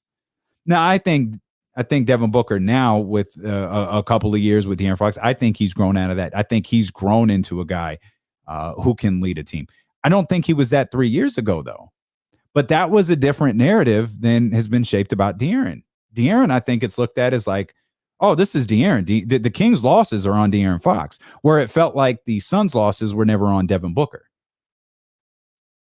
I don't know what part of the game that is. I don't get how that works. Both high-quality players to me. And it took Chris Paul coming in to kind of change the game for Devin Booker a little bit. Let's get back to the phones, man. 916-349-1320. You're the co-host for today. KC will be back tomorrow. Daniel, you're up, my man. Daniel, what's happening? Oh, not too bad. How about you, man? I'm all good, baby. I'm all good. Appreciate you. What's on your mind? Good. I'm glad to hear that. Hey, you don't think you're overvaluing Fox just a little bit? I mean, this is coming from a guy, man, because I love Fox. I cheered when he got drafted here. I still like the kid. I just think you're overvaluing him a little bit too much, man. What do you say mean? that he's better than Bibby? When you say that he's better than Bibby, Bibby was much better than Fox.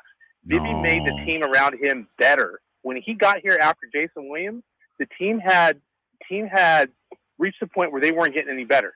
Bibby got here, the team got a lot better. Bibby made the other really good guys on this team a lot better.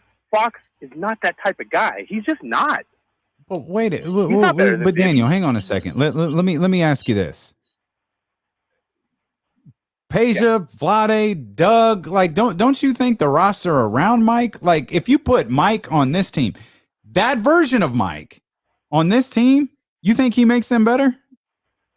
Yes, I do. I definitely think he does. Because when that team traded Jason Williams for Bibby, they had plateaued. They weren't going to get any better. But wasn't that because you needed more of a scorer, though? They needed a scorer, and they just needed a guy that wasn't as flashy as Jason. And Bibby was more. He went in there and he got the ball to the other guys. Man, he just got the ball to him without being flashy, without being. What else would you say about J. Will? J. Will was awesome, man. I love the kid, but Bibby took the team to the next level, and I don't think Fox is that type of guy. And I don't think there's a problem with that. But I just think that too many people here in Sacramento, they want to make him the guy. They want to make him the man. He's not Ja.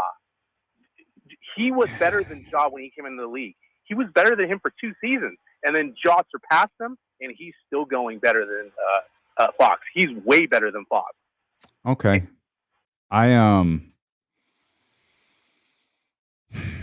Daniel, I think I disagree with almost everything you said.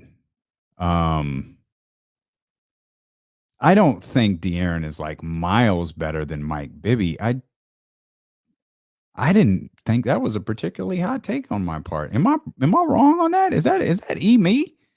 I mean, Mike was good. I love Mike. Mike's going to go down as one of the better players in league history who did, especially at that time, who didn't make an All-Star game.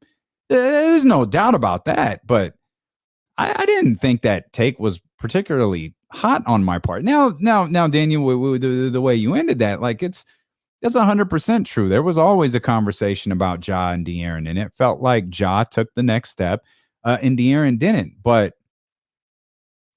I'm going to turn your words back on you just a little bit. Like, does Ja make the Grizzlies better? Like, not. I'm sorry, I phrased that wrong. Not like the Grizzlies. Does he make his teammates better? Because they seem to play pretty well without him, which was one of the stranger anomalies of last year. And I get again. I understood, framing the conversation this way. There are plenty of people who don't like De'Aaron Fox. I just didn't think that Bibby take was. I didn't think that was that hot. Let's get George here. 916-349-1320. What's happening, George? All right, not too much, man. How you doing? I'm good, brother. I appreciate you. Good. I wanted a little different perspective on what you're talking about. Because, see, I moved here from Minnesota. I've been here like 8 years. And I am a Minnesota Timberwolves fan. Mm-hmm. But what you're saying about De'Aaron Fox, how they treated Devin Booker as compared to, how they treat De'Aaron. I mean, I see exactly what you're saying. And because he was as much responsible for, how terrible that team was as De'Aaron Fox was. And I don't even think it's all on De'Aaron, but, that's not the thing we're talking about. But Cat, I wanted to talk about Cat in Minnesota. And they do him, maybe they're looking at him a little differently now because he just got paid all of this money. I don't know. I haven't lived there, this long, but they blame everything on him. I mean, everything. I was a season ticket holder there. I mean, every loss, he took that loss. And not D-Lo. Nobody cared if D-Lo was chucking up rocks, Yeah. But they blamed all of that on them, and they do De'Aaron Fox the same way since I've been in Sacramento. And De'Aaron Fox is every bit as good as Bibby was. Appreciate you, George. That's a great comp. That's a really good comp, because a lot like I feel for De'Aaron Fox this season, I think the same exact thing is going to be true for Karl Anthony Towns. If there's been a ton of questions about Karl Anthony Towns, particularly since the Jimmy Butler era of the Minnesota Timberwolves, right? Calling people out for soft and maybe Cat's not that dude. Maybe he's not tough enough to lead this team where they got to go. And, he's not the A1 on a team. And that's George. That is, man, that is such a great comp to me, because it feels like he was starting to hold the bag nationally a little bit, especially after the Jimmy Butler.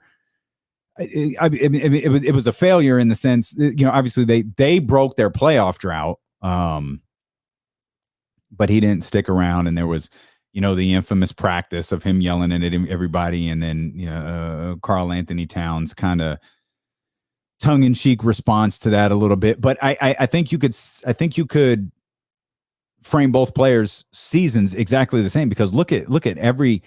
And by the way, George, you're 100% right. Once the money changes, the opinion changes. And De'Aaron Fox wasn't, the cute little spiky haired kid from Kentucky who wanted to play in Sacramento when that contract extension kicked in. Suddenly he was a max player worth, potentially $190 million, $160 million. And that changes the conversation. I don't know why.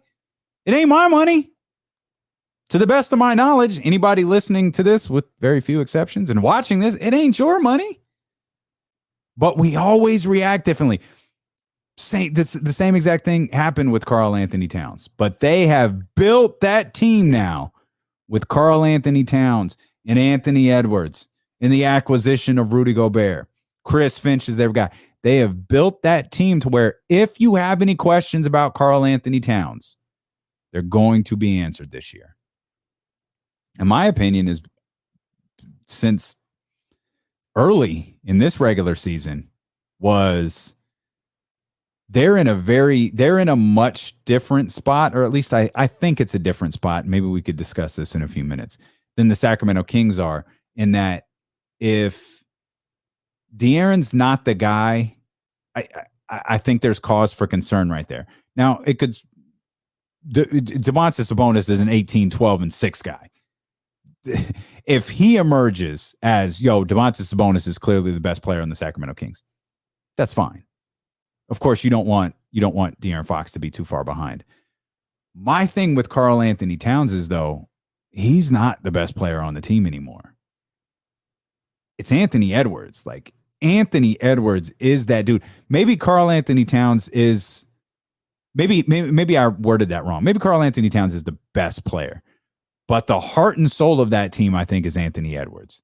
And I think it's only a matter of time. Maybe it is this year. Maybe it's next year. Maybe it's not for a couple of more seasons. But I doubt it's anything further than next year that Anthony Edwards is the guy in Minnesota. Like, there's no questions asked. Anthony Edwards is that guy. And if you have questions about Karl Anthony Towns entering this year, I feel like they're going to be answered. Because just like I feel like the Kings have done with De'Aaron Fox, they have put the best team around him that he's had in his entire team in his entire time in the league. Karl Anthony Towns really excelled when Jimmy Butler was around. It was a personality clash. It was a personality fit. It didn't work. Okay. She went and acquired Rudy Gobert, which is interesting because Rudy Gobert doesn't seem to be super liked, even though I've never really been clear why in the league. Or maybe it's just Draymond Green is really loud when it comes to him. I'm not sure, but I feel like there's always this underlying maybe it's the amount of money that Rudy Gobert makes. But that team is set up for Karl Anthony Towns to shine. We'll come back. There's a lot more going on. We could continue with basketball talk as well. It's not just trades in the basketball world that are getting rumblings. We've got training camps. Some of the people that have reported to training camp today, boy, my goodness. Lots more ahead here on Dealing with KC, brought to you by McQueen and the Violet Fog, the smoothest gin in the world, handcrafted in Brazil, here on ESPN 1320. Yeah, that's fine. I get Mitch next. That's fine.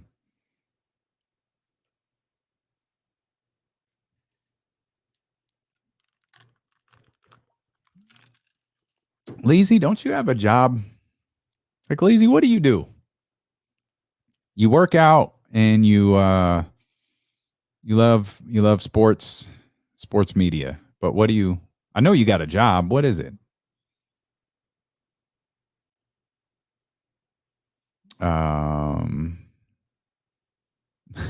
Ramsey, why everybody got to be a crybaby, man? Oh man, I think that's probably true for a lot of people. That's probably true for a lot of people. Why is it not player versus player? I think you're asking why is it not player versus player? Why is it not player versus player about fit when they're trading but not when drafting? Okay, I think I know what you mean. Probably because they're more established. And I think fit, and we talked about this during the draft process. I think fit comes into account more than people give it like credit for. Like Keegan Murray, I think people think the Kings selected Keegan Murray because he was the perfect fit. I believe Monte McNair when he says he thought he was the better player. But let's take that out of the equation. We talked about this after watching Keegan Murray's film, and I even admitted this, a dude who loved Jaden Ivey week one or day one. If Jaden Ivey was, if you rated like on a 1 to 10 basis, if you rated Jaden Ivey an 8, there's no way you rated Keegan Murray less than a 7.5.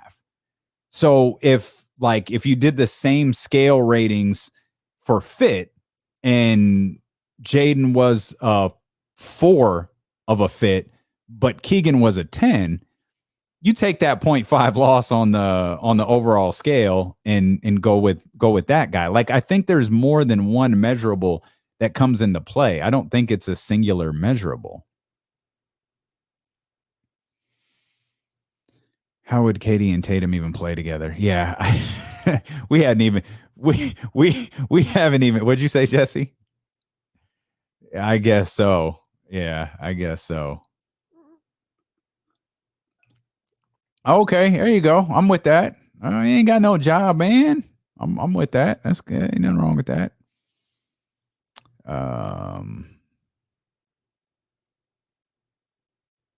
That's a good comp. He was great on a great team. That's a good comp. I like that. Yeah, I knew what he was trying to say. I didn't know how to. Yeah, me. Hammer, not for the day. Hammer will be with us at 3 though.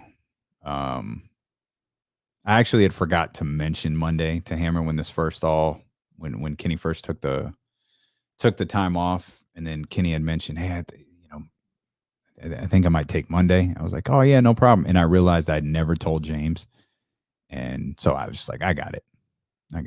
I like doing this with you guys every once in a while. And that could vary. That could very well be true. Yeah, it was something. We'll let that live out there forever. You got to take your L's. Got to take your L's, man. No problem. No, man, I'm here. I ain't going nowhere. I'm here, baby. I ain't going nowhere till mid-August. Yeah, I don't know why you guys think I'm not going nowhere. I'll be here all this week, all next week, all the week after. I'm here, baby.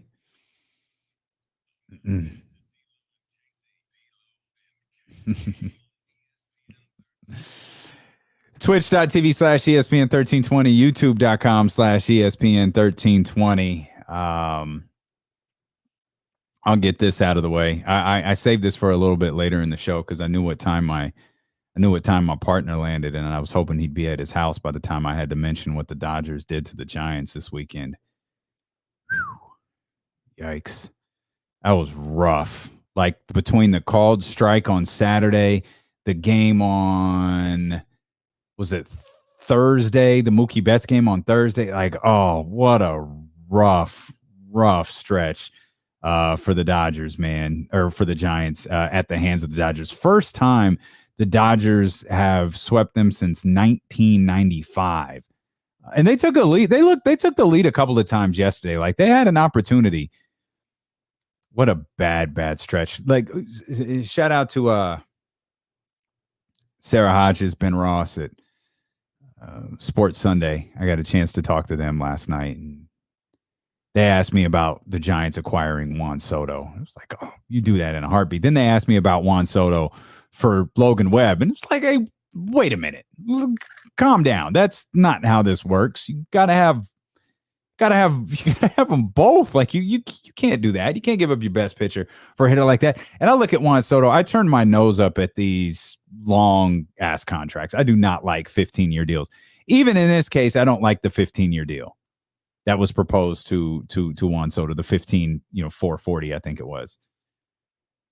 But homie is 23 years old, man. Like this isn't Albert Pujols signing a 10-year deal when he's 30. Like my man is 23 years old. Giants better figure out something. Because this whole thing, not only could it slip away from them this year, and I'm of the belief that it has not slipped away from them, but it's on the verge of slipping away this season. And, man, it could be on the verge of slipping away for future seasons if the San Diego Padres, if they start to hit the accelerator like I think a lot of us believe that they will. And we'll use this baseball transition to get to our man, Mitch, 916-349-1320. Mitch, you're a new grandpa, man. Congratulations.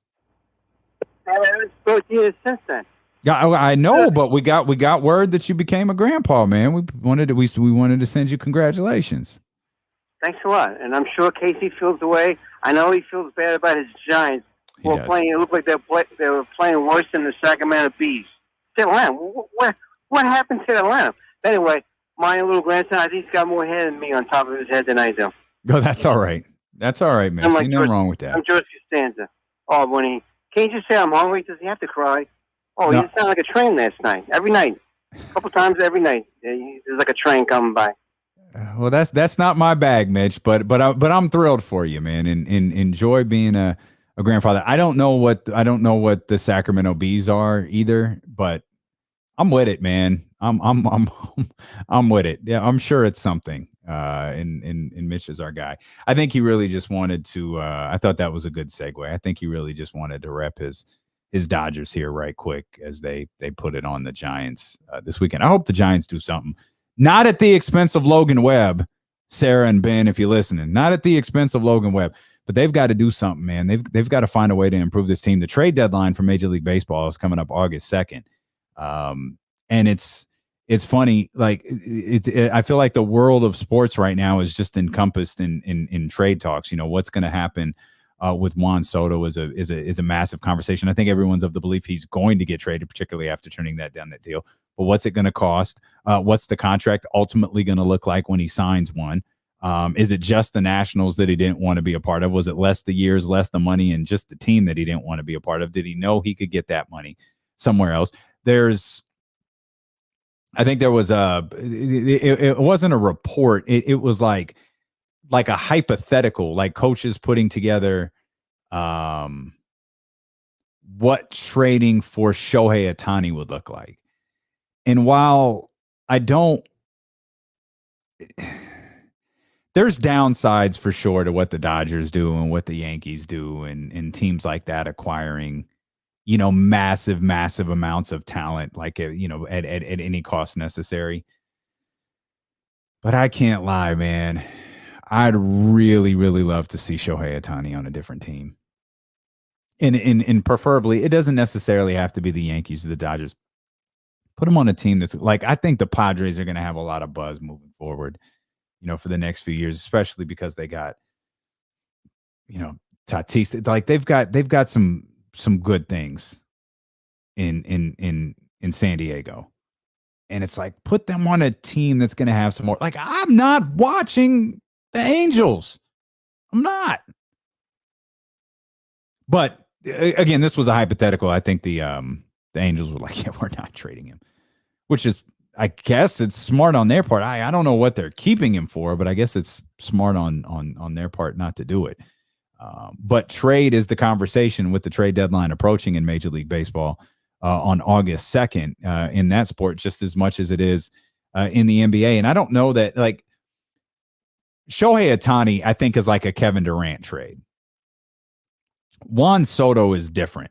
I think Juan Soto is more of, it's not going to work in Washington, and perhaps he sees the direction that organization is going, is like, that's a pass for me. Maybe it is genuinely about the money. Maybe he believes he can get, $500 million. Maybe he believes he can get more money in a lower amount of years. Maybe he wants to sign another 100 plus, maybe couple $100 million plus deal when he's 33. Can you do 10 years?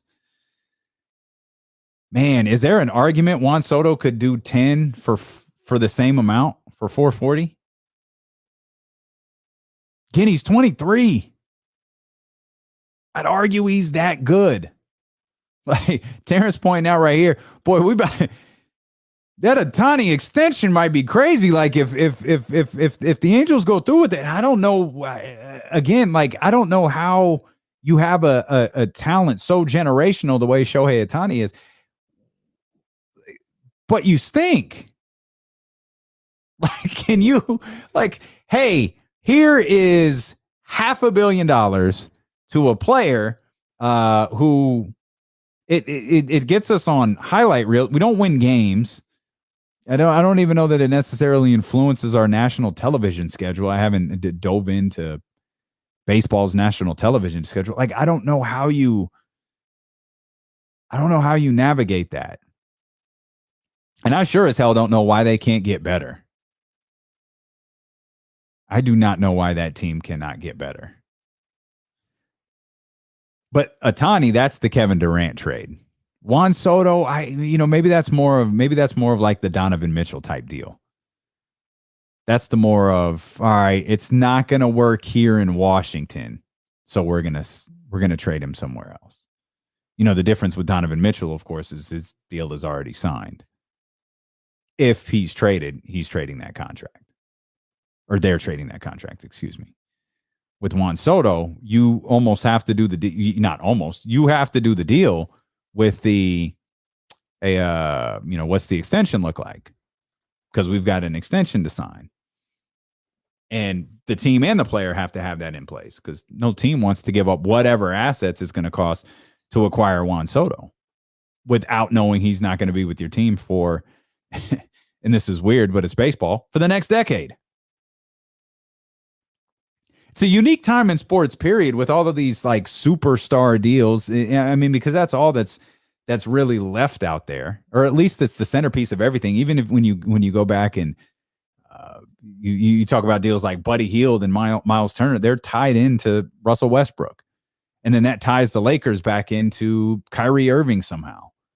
And then you've got the Kevin Durant stuff, and you got the Donovan Mitchell stuff, and now you've got training camps reporting in the NFL. All 32 teams will be in camp tomorrow.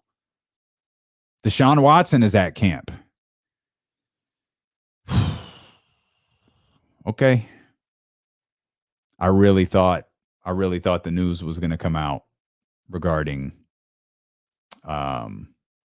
his suspension, or lack thereof, on Friday. But he's just at camp. I don't know what's taking them so long. This is allegedly independent of the NFL. Of course, no one believes that, because nothing involving the NFL is actually independent. But That's what they're selling us. That's kind of a big story in the NFL. What's ultimately going to happen with him? I think what happens with Debo, I don't know that's necessarily a big story in the NFL because I think everybody's under the belief it's going to work out. Like the Debo question to me, the extension, and more importantly, the extension leads to the happiness. More importantly, Debo's happiness with his placement on this team and his long-term future on this team. That's a far greater question to me than anything involving Jimmy Garoppolo. There's nothing interesting about Jimmy Garoppolo to me. It's the quarterback position. So, that's always going to have higher marquee placement than a wide receiver or any other position. It's a quarterback that's been to the Super Bowl. It's a quarterback that was in the NFC Championship last year. But it's also a quarterback that everybody knows isn't going to be the quarterback of the San Francisco 49ers this year. And I love the report. I didn't read the actual article, so forgive me for falling for the push notification. But it was a quote that a rival coach in the NFL said it's a blessing that what was it? An early Christmas gift if the 49ers trade Jimmy Garoppolo. And the whole premise is they're not sold on Trey Lance. And I find that so fascinating because, again, a lot like we, break down these insider reports, a lot of the times when, we ask, why did Adam Schefter tweet about Jimmy Garoppolo in a trade? Why did Woj and Sham simultaneously bring up a deal with the Boston Celtics that might have been discussed 4 weeks ago? Why did they bring that up today?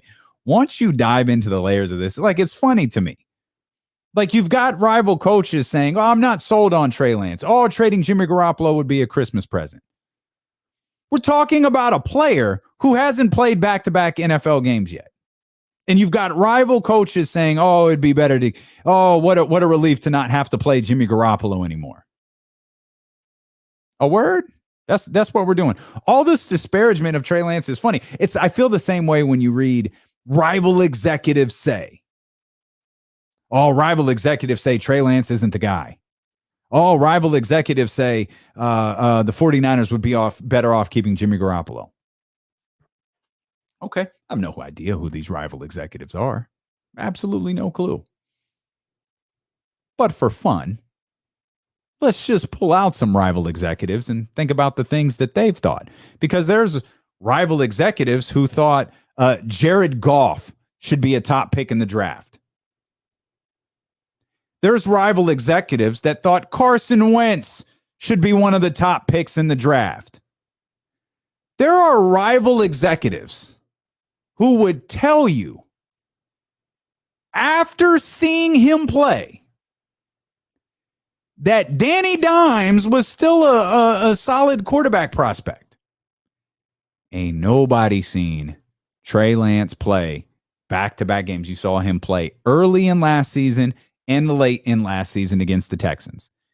But rival executives, rival coaches will tell you how they feel about him. Again, none of these things are related. Just think about the other ridiculous stuff you've heard so-called rival executives say, or actions that rival executives have actually done. Hell, a rival executive was Steve Klein. That dude sucked at his job. That dude was awful. Pardon me if I don't give a damn what he thinks. Pardon me if I don't care about what the guy who drafted Josh Rosen 10th thinks. Rival executives. Everybody's got an agenda. Everybody's got an agenda, though. And that's what you've got to take into account every time you read these articles, every time you get these push notifications, every time you get these alerts from The Athletic or read these articles at The Athletic about or read these tweets about this executive said this or this executive said that. Because unless they're willing to put their name on it, it don't mean nothing. You could just pick it apart and go, okay, who stands to benefit from this? And what decision did that alleged executive make that I can just laugh at? Because I just laughed at like 10 different teams right there. 49er rival executives, though. Their decision-making is pristine. You're listening to D-Lo and KC on KIFM, West Sacramento. KRXQ HD2 Sacramento, ESPN 1320, driven by last year's Elk Grove Dodge, always live on the free Odyssey app. James Ham, I think, is going to join us 1 hour from right now. We'll talk a lot more Kings basketball with him if you want to talk, or in basketball in general, if you want to talk anything. You can reach out right now, 916-349-1320. Again, training camp getting underway. Looking forward to ramping up our 49ers coverage this year. Looking forward to game day. Looking forward to all of the great things that we have to cover this team. I don't know what to think of them. Like I really just can't put my I really can't put my I don't know what to think. Like, I'm not going to cover them like from a fan's perspective. I'm not a fan. I'm not going to cover them as I'm not super high on them. I'm not down on them. I'm curious. Like, I'm legitimately curious about the direction of the San Francisco 49ers. I think there's some interesting camp battles ahead. I think the offensive line is a mystery. I think there's some pretty high-end talent on the defensive line, but man, given the fact you're putting out a first-year starting quarterback, having an offensive line, especially one that's mobile the way that Trey Lance is, having an offensive line that's as questionable as the 49ers is definitely concerning. 916-349-1320. Ramsey, always a pleasure, my man. What's happening? Not too much. Just wanted to double back to baseball for a minute or two. I mean, as bad as the Giants looked over the weekend, they're still only 2 games behind St. Louis for the bonus third wild card spot. Yep. And St. Louis for one just exposed themselves because they're not going to have neither Nolan Arenado or Paul Goldschmidt come tomorrow on Wednesday when they go up to Toronto. Oh, that's right. Vaccines, right? Exactly. Yeah. And a lot of these major league teams have exposed themselves because of that. And the other thing I was going to say wasn't about the Giants, but about the Padres, and why the Padres aren't going to go anywhere for a while. It has nothing to do with the players. They just got Bob Melvin this year, and we saw what Bob Melvin has done with multiple other teams, Seattle, Arizona, the A's, and you see what his impact is on the Padres already. The Padres weren't doing anything, even with all the talent they had, until this year. The Padres season last year was super confusing, but I mean, that's a great point. That's a great point, Ramsey. Always appreciate you, my man. Thank you. And that's why I am not super down on the Giants. Like, I don't like where they're at. It's certainly a far, far, far cry of where they were last year. And like, that's the difficulties in sports. Like, the Giants were franchise record, the Giants just ridiculous 100 plus, what was it, 106, 107. Dodgers right behind them in terms of wins last year. Like, what happened in the NL West last year was incredible. But I don't think anyone expected, no one expected that. No one expected either team to repeat that. But it's also, what are you doing? Are you attempting to be like it's and Ramsey's 100% right, and it's why I'm not like as down on them as Kenny is.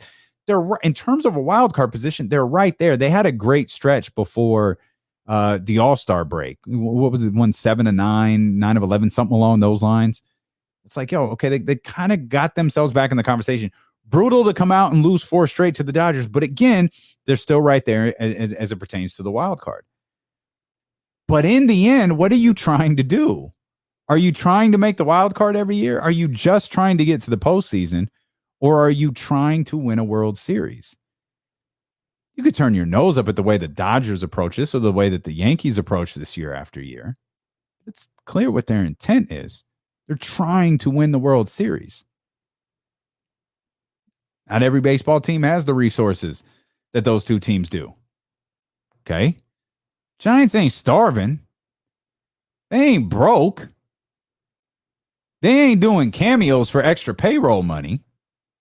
Like, they can afford to go out there and make a move, one, that doesn't compromise their current roster because they need to add talent without subtracting a massive amount of it. And that's the key to all of these trades, regardless of the sport you're playing. If you're trying to win a championship, you have to add more talent while taking away a minimal amount. Now you have to give up future pieces. Same thing happens in baseball, prospects, all of that different stuff as it does in the NBA. With the NBA, it's draft picks. We saw what the Minnesota Timberwolves did. We're hearing what the New York Knicks may be on the verge of doing for acquiring Donovan Mitchell. That's part of the game. You've got to add talent, and it's why KD can't be traded. It's why, like, Giannis can't be traded. Like, imagine if Nikola Jokic went to Mike Malone and said, I'm out. Get me out of here. How you going to trade the back-to-back MVP? How you going to trade Giannis Antetokounmpo? You can't trade those guys. You can't trade Stephs and LeBrons. Like, KD is in that category. Like, there's, especially with 4 years left on his deal, there's just no way to pull that off. Unless you're Brooklyn and you're just willing to take a very massive L and hope and pray that it's a short-term L that you're able to quickly regroup from. The big rebuild in Boston that Doc Rivers didn't want to go through and got himself traded to the Clippers. 1 year. It's a 1 year rebuild. They were now not a title contending team, but it was a 1 year right back in the playoff conversation. Into the conference finals at one point. And then obviously, it kept building a crescendo to what we saw last year. Short-term loss, long-term gain. It worked out for the Celtics, but I mean, there are others. I guess it worked out for Philly. I guess. Well, the process was like, what, 5 years? Like, how long was the process? Again, I point this out. Boston, 1 year. They tore that joint down, started 1 year. And they were back in the conversation. Or at least back in the playoffs. Maybe they weren't in the conversation, but they were back in the playoffs. Got to the conversation. Acquired talents like Marcus Smart, Jason Tatum, Jaylen Brown. They hit. Isaiah Thomas landed there. Obviously, he was massive for that group. Massive. There's not a universal formula. Like it doesn't work for everybody. You have to figure out how you're going to make this work. Because you either have to believe you can get Kevin Durant to come back and Kyrie Irving to play with him and realistically compete in the Eastern Conference, or you've got to figure out what strategy you're willing to take, because there's no situation where any of those players I named you're going to get anything close to equal value for. I don't even know what the percentage you would get back if you're trading Kevin Durant. What, like, are you hoping, like, is your greatest hope like 70%? Realistically, knowing it's probably closer to 60 that you're getting back. And maybe in 4 years, it'll prove to have been worth it with, two of your more recent draft picks, two draft picks from the first year or something like that, or one that really pans out in the two succeeding years. Like, you have to execute everything perfectly. And that's why the Brooklyn Nets are in a tough spot. And I'm almost always like, I'm always player first. I'm all about, players. I don't have a problem with players asking for a trade. We'll put it like that. Because teams don't actually have to ask players. Like, the Jazz didn't have to ask Rudy Gobert. They just traded him. If Rudy Gobert had asked for a trade, it would have been received differently. But that wasn't the case. They just traded him. Nobody was up in arms about that. There are people who are up in arms about Kevin Durant asking for a trade. Brooklyn doesn't have to do it. We'll come back. We'll talk more about these trades. I want to get into there was another James Harden rumor that was circulating this weekend. I actually believe this one. When I heard this, I was like, oh, I bet that's true. I absolutely bet that's true. We'll dive into that. We'll take more of your phone calls. James Ham at the top of the hour coming up here on ESPN 1320. Can y'all talk amongst yourselves for just a minute? I'm going to go grab my juice, man, and I'll be right back. So we'll put the house party graphic up, man. I'll be right back, y'all. Appreciate you.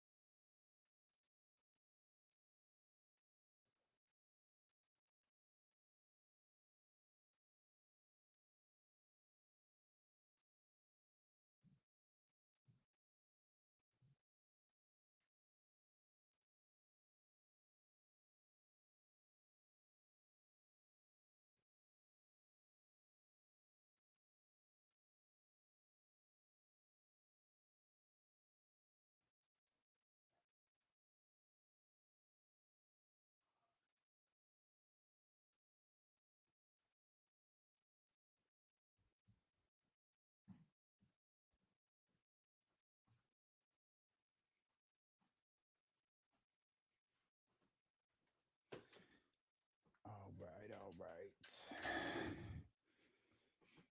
My bad, y'all.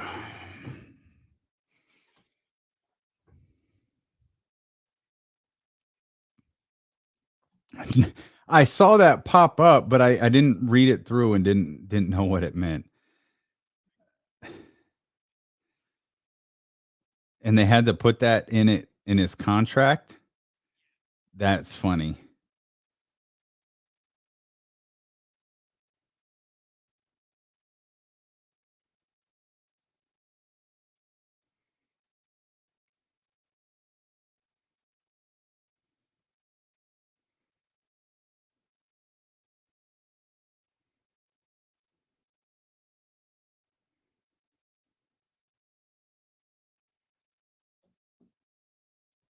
That's concerning, isn't it? Like, isn't that a little bit concerning?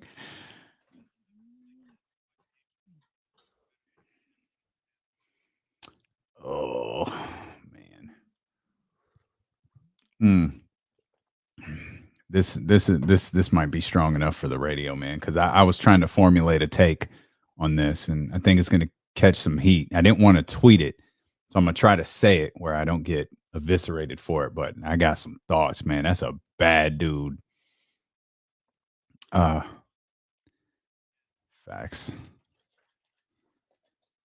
Oh, man. That is so concerning. That is so concerning. Jesse was telling me about the Kyler Murray, the clauses in Kyler Murray's contract.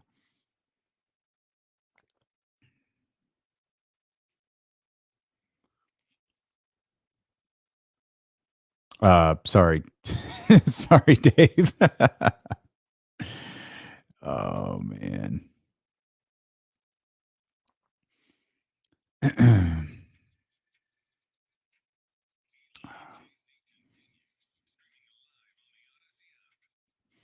I got to bring this one in here just real quick. Man, Aldrin Jay's asking what I thought of the new Joey Badass album that dropped on Friday. I got a chance to listen to it. I went and saw Kyle Madsen and Chris Biederman downtown. Your boy went outside. I know that is a super rare occurrence for me, but your boy went outside for a little bit. Nothing crazy, but went outside for a little bit. And since I live a little further away from downtown Sacramento than I used to be, it's like that's the time I use when I'm driving to catch up on music. And dude, Joey Badass is one of the best performers in the game. And I was trying to formulate this take, and I was like, you can't tweet this because you'll get killed for it. But I was trying to I was trying to work this thought out to where it made sense for everybody. But Joey Badass might be the most talented performer we've seen since Tupac Shakur. Now, hear me out on this. The album 2000 is just like phenomenal. I'm not sure that Joey Badass has made a bad album. Like his albums are on point. But I'd argue he's as good, if not better, of an actor than he is a rap artist. And when he did that Netflix short that we came in here and talked about, where he wakes up every day and he's getting killed by the police officer. Two Distant Strangers. When I saw that, I was like, oh, okay, yo, this dude is great. This is special. But then when he was on Raising Kanan, he was unique on Raising Kanan. I was like, yo, this dude is bad. Like unique is Joey Badass is like, that's, if there's an equivalent, it's Bishop. It's Bishop from Juice. Like he's a phenomenal performer. Like he could be, to me, Joey Badass, like, and I think this was always the thing about Pac. Pac was like, yo, Pac could be a leading man. Joey Badass can be a leading man. Like Unique is a dope character. Again, it's like it's the Bishop version of his character. But you watch Two Distant Strangers, you watch that, it's 20 minutes, 30 minutes. Like you could watch it at any point and it won't take up much of your time. Watch that. And you'll walk away going, yeah, that's a leading man right there.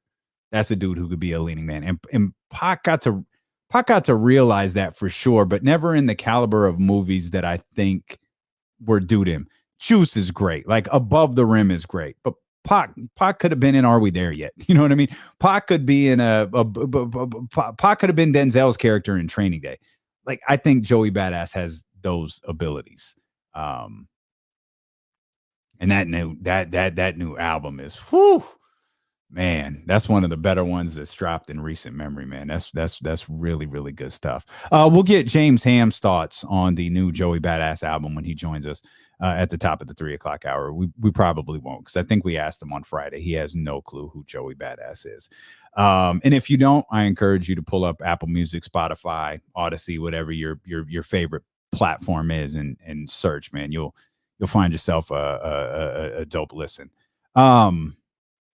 I mentioned to James Harden, I don't know if it's a rumor. It was just something that kind of circulated over the weekend. And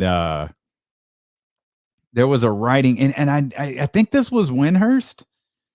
I think it was Brian Windhurst. And why? Like, I mean, James Harden is like the new Black Panther. He's the hero we all needed, because James Harden has just come in here and he's saved everything, and he's team first, and it's Philadelphia this, Philadelphia that.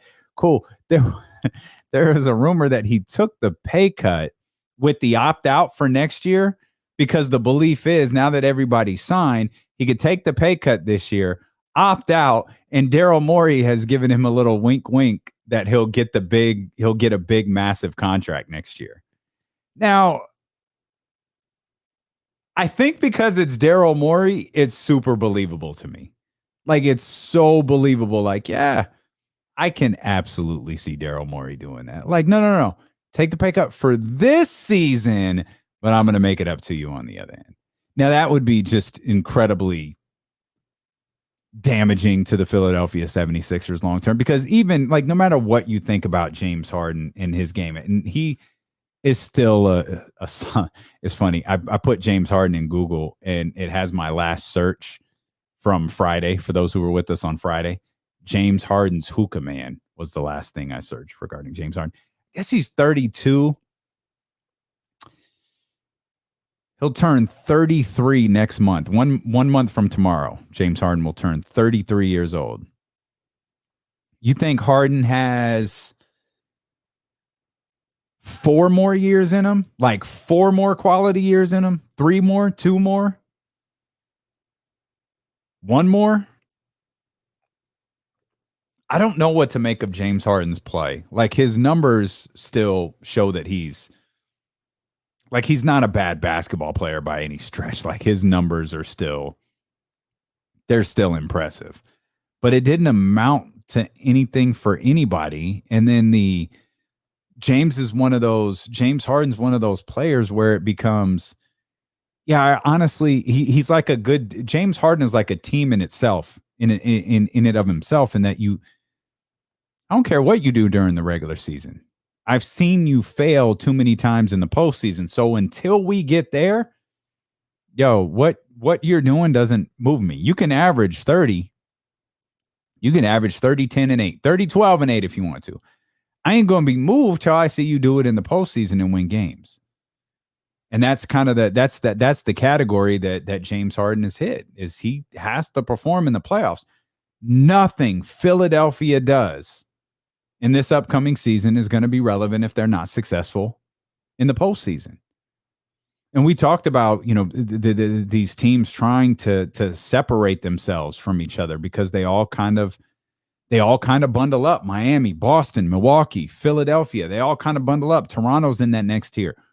Brooklyn could essentially be in that top tier if Kevin Durant and Kyrie Irving are around. I also, just a quick sidebar, or as Kenny would say if he was here, this is random. I'm really anxious to see the reaction to Steve Kerr if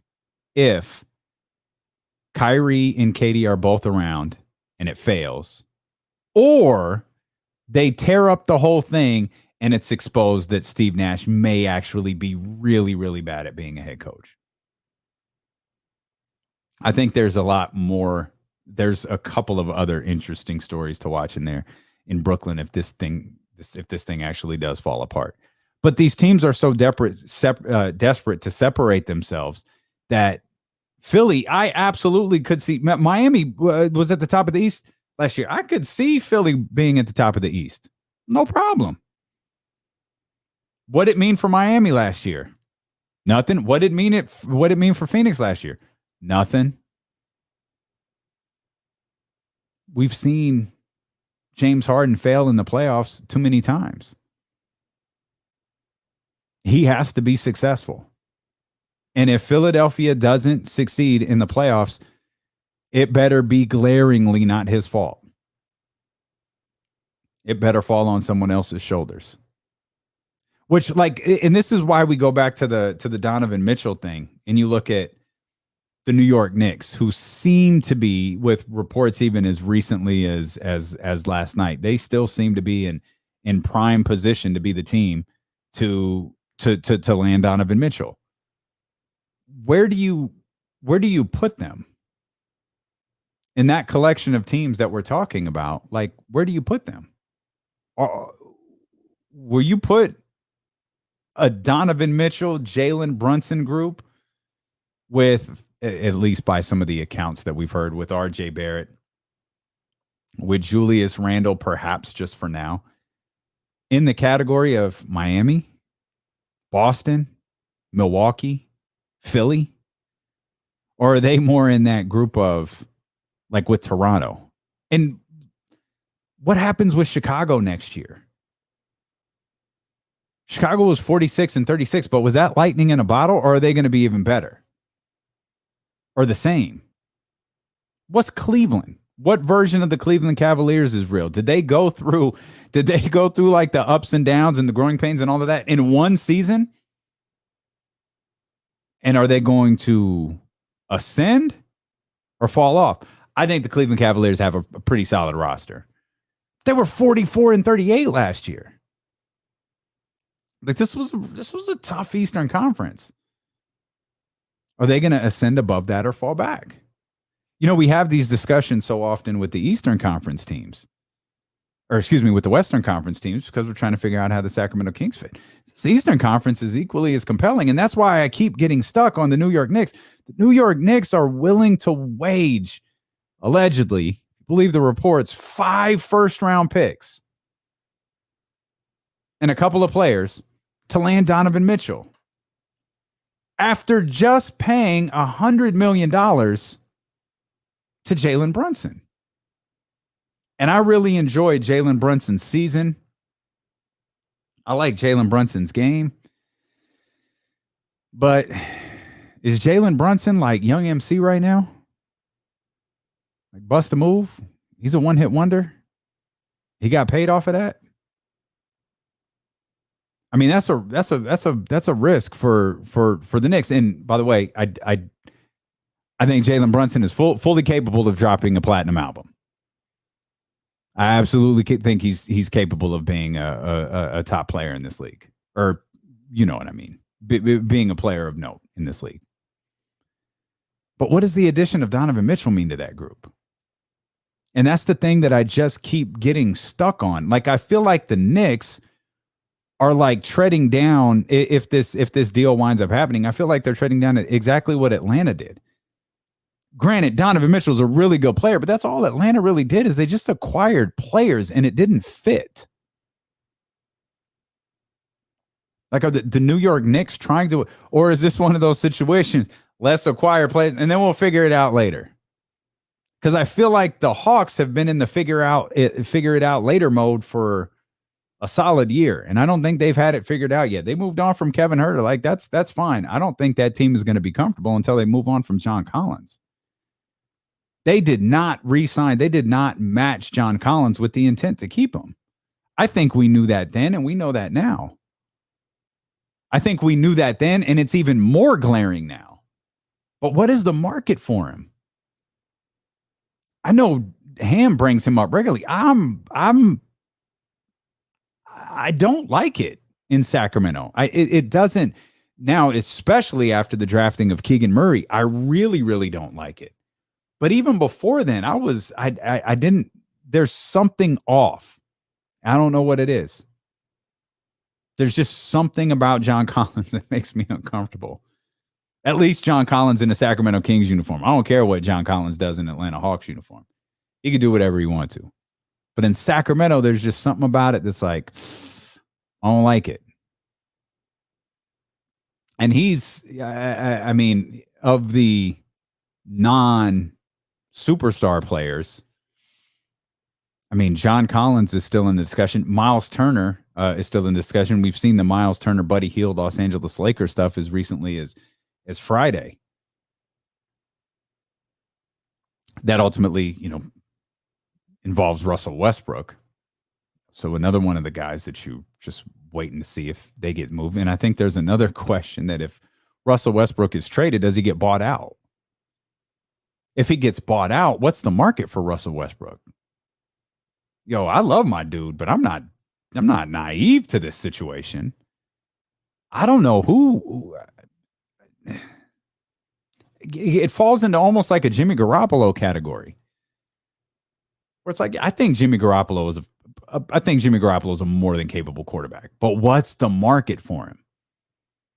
I've said to you before, I think Russell Westbrook's going to average a triple-double next year. I think Russell Westbrook's going to, I wouldn't call it MVP for him because he only won the MVP one time, even though he averaged a triple-double 4 times.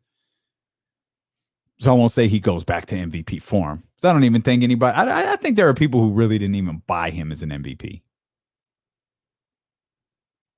I think he's one of the most disrespected superstars in the league.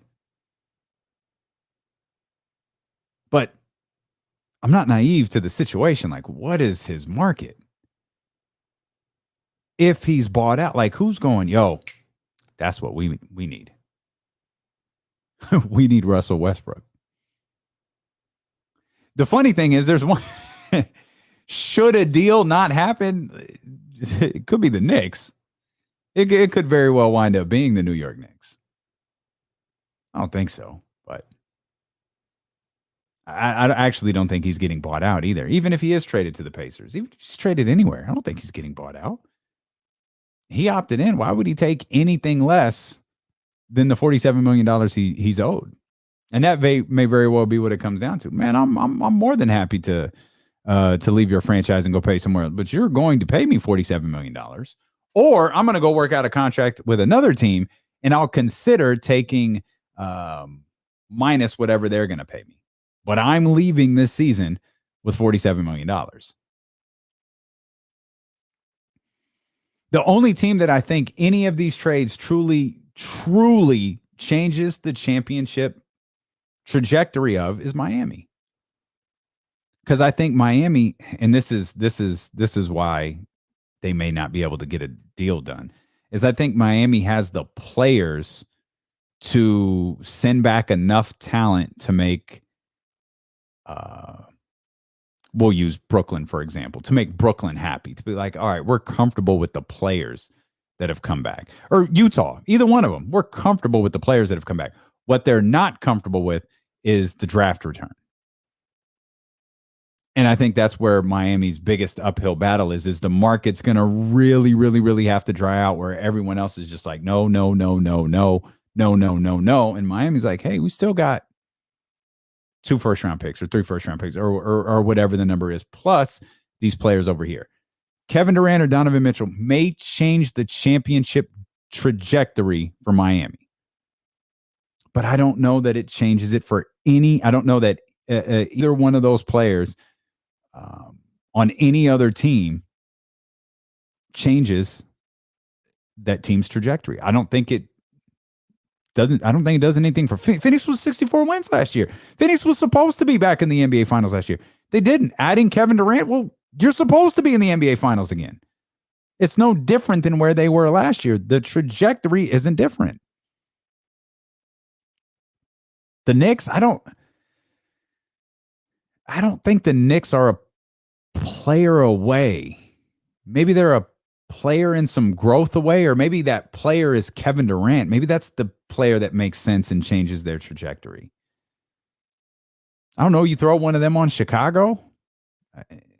Okay. Maybe that does it.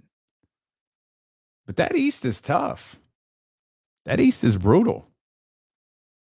Maybe Dallas is a team that's a Kevin Durant type player away from. Okay, this is a team that could. This is a team that could ascend. Now, there were a 53-win team last year who didn't they lose in the conference finals? Did Dallas get all the way to the conference finals? And did anybody buy it? Did anybody at all buy the Dallas Mavericks last year? I don't even in the playoffs, I think everyone was like, oh, okay, they think, all right. I mean, they got there. They're here, but they ain't a threat. Nobody buying this. I mean, I think Kenny said it. Shoot, I don't even think we had gotten to the playoffs before Kenny had said, yeah, they can win games if they hit threes. That's just what it boils down to. And that's essentially what the playoffs boiled down to. When they hit threes, they won games. There was no other component to their game plan that clicked. They hit threes, they win games. But to their credit, that got them 52 wins in a trip to the Western Conference Finals. They were able to establish an identity. You're going to have to build upon that identity, though. And that's Jason Kidd's next task in Dallas, is building on that identity. Mike Brown's first task in Sacramento is establishing an identity. Most of us, I think, are of the belief that it's going to be scoring. It's going to be on the offensive end. Then you're going to have to build on that. And the difficulty with Mike Brown and the Sacramento Kings is, with Dallas, you know you've got what you have in Luka Doncic. You get Jason Kidd, and you're kind of building around that. And we know we can build on this next year. We got to the conference finals. I'm not saying we're content with getting to the conference finals, but we got there. We know we could build off of this. With Sacramento, you almost have to, okay, yo, this offense thing, this is clicking exactly like we thought it would. This is perfect. All right, we're about halfway through the season. Let's try to ramp up the stuff on defense because we need to get a little bit better here. And that goes back to a conversation we were having earlier about the longevity of failure for this organization weighing so heavily. It weighs heavily on the people who cover the league. It weighs heavily on the people who are talking about the Sacramento Kings, but obviously don't cover the league. That was the other funny thing about my man's clip from that betting show, is you could tell he was like looking up the Kings as he was talking. Like the camera is in a certain direction. Like, yo, like when Kenny's here, if you regularly watch the show, and today's a bit of a different animal, because when I look at the camera, like I'm looking at myself, and that's a very weird thing. But when Kenny's here, I have the screen set up to where the green light is right above Kenny, so I'm looking directly at Kenny. Y'all know when I'm looking something up, or I'm looking at the computer, or I'm looking at the 10 other things that go on in this room at the time. My man was clearly looking up the Sacramento Kings when he was discussing how bad he thought they were and the best part, he never mentioned De'Aaron Fox. Never brought up De'Aaron Fox's name, because obviously whatever page he went to, De'Aaron Fox wasn't forefront. He probably saw an alert. Oh, they signed Malik Monk. They traded for Kevin Huerter. They drafted Keegan Murray. And he hit us with the prerequisite, I like Keegan Murray. It's the longevity of failure weighing this organization down. De'Aaron Fox should be judged for whatever failures you think he has, not what failures you think the Sacramento Kings have. Mike Brown should not be judged by the failures of this organization for the last 15 years. Hell, 16 years. Hell, even Vivek Ranadive isn't, he doesn't even have double-digit worth of failures yet. Very close. And 9 is far too long to be this bad. But we all lump this stuff together. Vlade's mistakes, Pete D'Alessandro's mistakes, this bad coach, that bad coach, this bad GM, that bad GM, this president of basketball this dark ops guy over here who no one knows exactly what they do, the Maloofs, Vivek Ranadive and his group. It's all lumped into the same bundle of Sacramento Kings stuff. Whether right or wrong, that's how it's all bottled up. The Sacramento Kings. And until that can only be shaken by winning. And even when you in this off season has been a frustrating reminder, even when you do things right, even when you have a good off season. Again, we've made the argument that the Kings have had possibly the best off season they could have. It's still going to get criticized. And it's never going to be looked at like by itself. Like it's never going to be looked at as like, hey, what was the Kings offseason? Oh, Malik Monk, Kevin Huerter, Keegan Murray, Mike Brown. Yeah, but we know this team. That's the importance of getting off to a good start. Get people to buy in early. Get people to change their tune early. And most importantly, get your players out of that here we go again mindset. We all watched last season evaporate in stunningly rapid fashion. That 4-game road trip. TT's big press conference about how bad it was. It was over. It was done. Team was a couple of games under 500. It was done by that point. And imagine the mindset of De'Aaron Fox at that point. Imagine the mindset of Buddy Hield or Marvin Bagley. I don't think Marvin was even playing at the time, but we'll stick with Buddy. Buddy could have gone in with the thought of, yo, this is going to be different. This is going to be our year. We got a decent squad here. This is going to be different. And then you see really quickly, oh, it's not. Okay, well, I'm going to go get mine. because I know they want me out of here. So I'm going to go get mine. And I'm going to let them know that I want out of here. So I'm going to get mine. You're De'Aaron Fox and you're hearing that. What are you thinking? Again, that was less than 24 games into the season. That was right before Luke got fired. It was before the dude puked on the sideline. That was all super early in the season. You got to get off to a good start. We'll get off to a great start when James Ham joins us when we return here on Dealing with KC, brought to you by McQueen and the Violet Fog, the smoothest gin in the world, handcrafted in Brazil here on ESPN 1320. Oh, man. It's not easy to drink this bottle of juice when I'm by myself. I still got a bunch of juice left. I still got a bunch of amino energy left. Oh, man.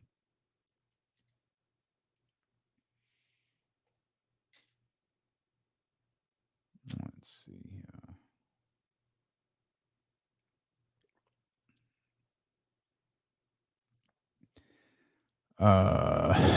Man, I do not think you are wrong, buddy. I do not think you are wrong. Yeah. Yeah. No. They shouldn't.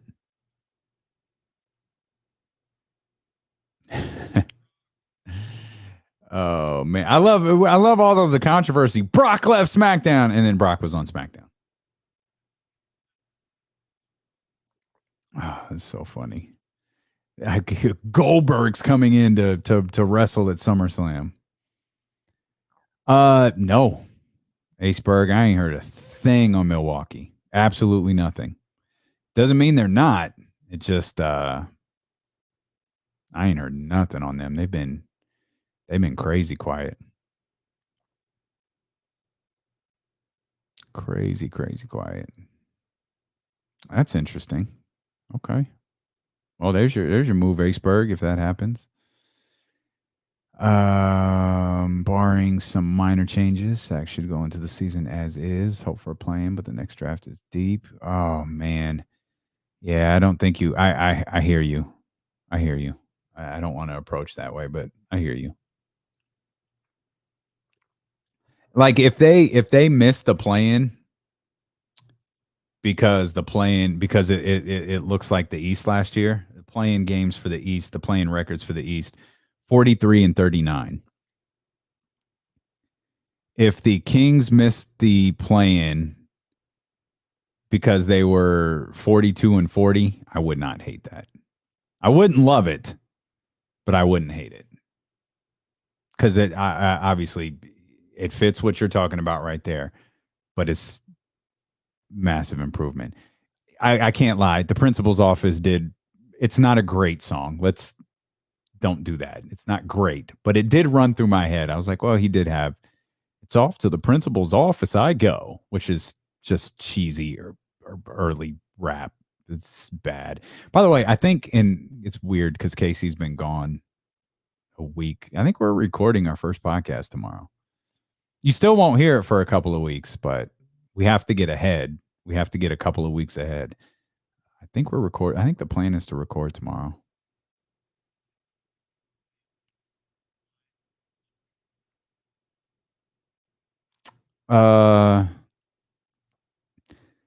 No, I think you.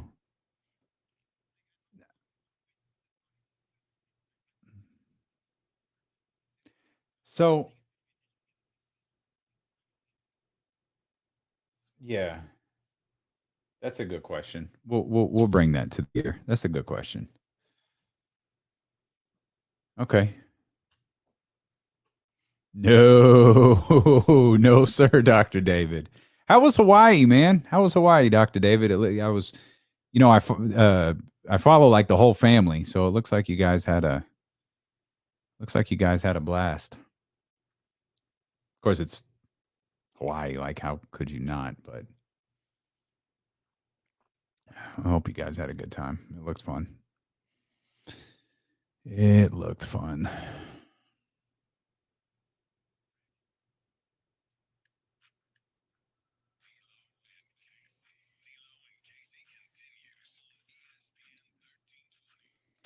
916-349-1320. If you want to get in on the phones here, James Ham set to join us at the top of the 3 o'clock hour. At least I think James is going to join us. We're all going to find out together at the top of the 3 o'clock hour if he's going to be with us. Jesse, you asked something. You asked a question that kind of got my attention regarding Monte McNair just a second ago. Can you repeat that?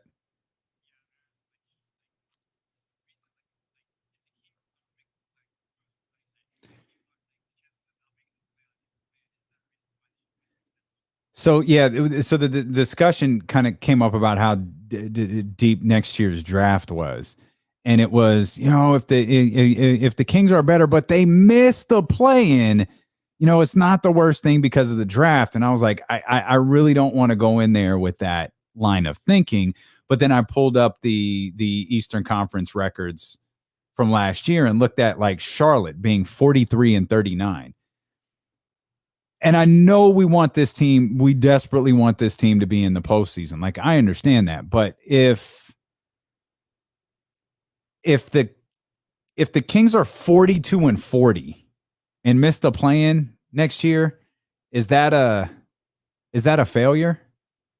Like, is that I know it's not the end result we all want, but it's a 12-game improvement. And even if you thought, like I did, that the Sacramento Kings grossly underachieved to a 30-win team last year, it's still, you couldn't have thought they were, I don't know what, I know a lot of people thought 36 wins, 37 wins. It's an improvement over that.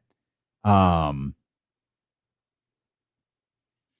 don't know. I feel like if either side is holding out, if the Sacramento Kings are holding out on giving Monte McNair an extension, it may be that, hey, look, we like this direction. We believe in this direction. We love the signing of Malik Monk. We love the acquisition of Kevin Huerter, and draft pick of Keegan Murray. It's on point. It looks great. Mike Brown, love it. We need to see some wins. We need our fan base to not be excited about moves that were made that ultimately resulted in nothing. That's what we need before we offer any sort of contract extension. That's what we need before we have these discussions. We think what you've done has worked. We think you have improved the overall caliber of this team. We need to see that you actually have. And is there any discussion, because we started this all hours ago by talking about how if you don't believe in De'Aaron Fox, and I know there are a lot of people that don't, and there aren't just Fox haters who just don't like him for no reason. There are people who will eloquently explain to you. There are great basketball minds that will eloquently explain to you what they think his game is missing and his personality is missing. There are people who have been around him who will explain that stuff to you. And I feel like no matter whether you're one of those people who has been around him and explain the things that you think causes him to fall short as a player, or you're just a guy who doesn't like him, you're just a person who doesn't like De'Aaron Fox, I feel like you're going to get your confirmation on what you think De'Aaron Fox is this year. Whether you think he's underrated, undervalued, overrated, overvalued. No matter how you feel, you're going to get that confirmation one way or another this season. Because this is the best coach De'Aaron Fox has had in the NBA. This is the best roster De'Aaron Fox has had in the NBA. Domantas Sabonis is the best player that De'Aaron Fox has played with in the NBA, and everything has lined up to where this, on paper, is the best team that De'Aaron Fox has ever played with. Now it needs to be the best team that he's ever played with on the floor. The visions of Keegan Murray stretching the floor a little bit and playing a two-man game with Domantas Sabonis need to be put into place on the floor. The visions of this team finishing 18 or 19 or somewhere with a number that has teen in it in defensive rating. That needs to be executed. It's all talked about. In theory, you see how it all happens. It needs to be executed now. And so in that sense, I get the pause on why Monte McNair hasn't gotten a contract extension yet. But in the same vein, you just made moves that you don't believe are short-term plays. Like Sabonis isn't going to play out for another couple of seasons, or the next chapter of this Domantas Sabonis thing isn't going to play out for a couple more seasons. You just hired a new head coach. He signed a 4-year deal. I feel like they should match up. But I think we've seen with Monty, he came in and, as James, he essentially punted the first offseason, where I think the only thing he did, not that it wasn't big, but it was kind of a no-brainer, is he signed De'Aaron Fox to his long-term contract extension. And then his next order of business was Hassan Whiteside. And I'm not as critical of the Hassan Whiteside move as other people's are, because he signed him for pennies. Like, it didn't cost the team anything. It's like a league minimum deal. He signed Glenn Robinson III to a league minimum deal. The problem was that's all he did. There was nothing else done in there. And remember the circumstances in which he took over as the general manager. COVID mania was still running wild. We were in the most condensed offseason in NBA history. Like, it was, I'm not stalling him out, but that's tough. Like, that's a difficult thing to walk into. Where he lost me a little bit was the next offseason. You made all of these moves in the trade deadline or around the trade deadline, and thought it was good enough to just run it all back. And I didn't think it was awful. Again, I've been adamant. I thought the team underachieved last year.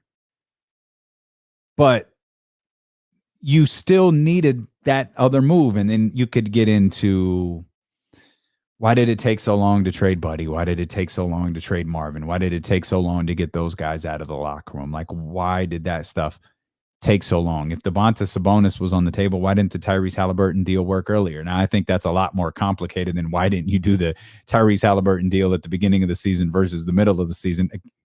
I don't think it's that simple, whether the Pacers didn't want Tyrese or the Kings didn't want to give up Tyrese. I think there's a number of things that complicate that particular question that people threw out there this offseason. This is the first time where I feel like, outside of the draft, because I think he's been masterful in the draft, this is the first time where I feel like Monte McNair really attacked the offseason. And you saw that with the Malik Monk signing that we got word of seconds into free agency, and the Kevin Huerter deal, which was 20 hours later.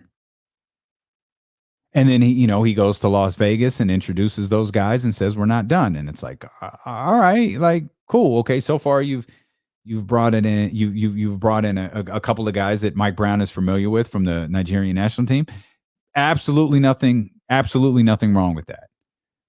But when you go to a press conference and say we're not done, I don't think that's what your fan base is thinking. It certainly wasn't I was thinking. Immediately, we're all, I think, collectively going, all right, that's Harrison. If we're not done, we're probably talking about Harrison Barnes. If we're not done, we're probably talking about Rashawn Holmes. If we're not done, we're probably talking about Harrison Barnes and Rashawn Holmes. I don't think anyone was scouring the Nigerian national team going, oh, that's what Monty meant.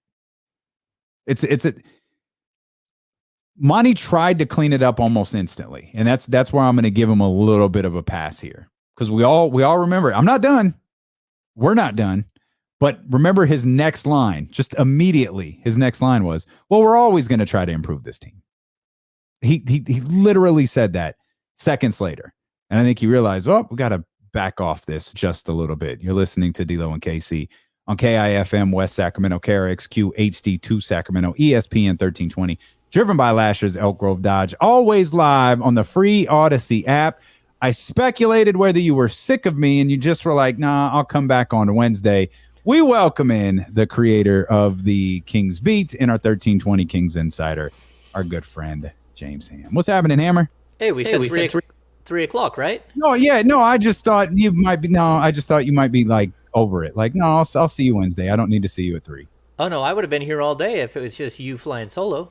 Oh, I thought, well, let me ride here a little bit, give James Ham a chance to get back on schedule, so all of the listeners of the Kings Beat won't be angry with me anymore, and you can get your podcast out. We're talking like Monte McNair. Jesse posed the question a few minutes ago. Do you think the Sacramento Kings are waiting to see the results of this offseason before they extend any sort of extension to Monte McNair? It's a great question. I mean, I've checked in numerous times, and to my knowledge, there has not been any communication between the Kings and Monte McNair's people when it comes to an extension. And I mean, that was as of like late last week. It's a dangerous game to play. You know, I talk about this all the time.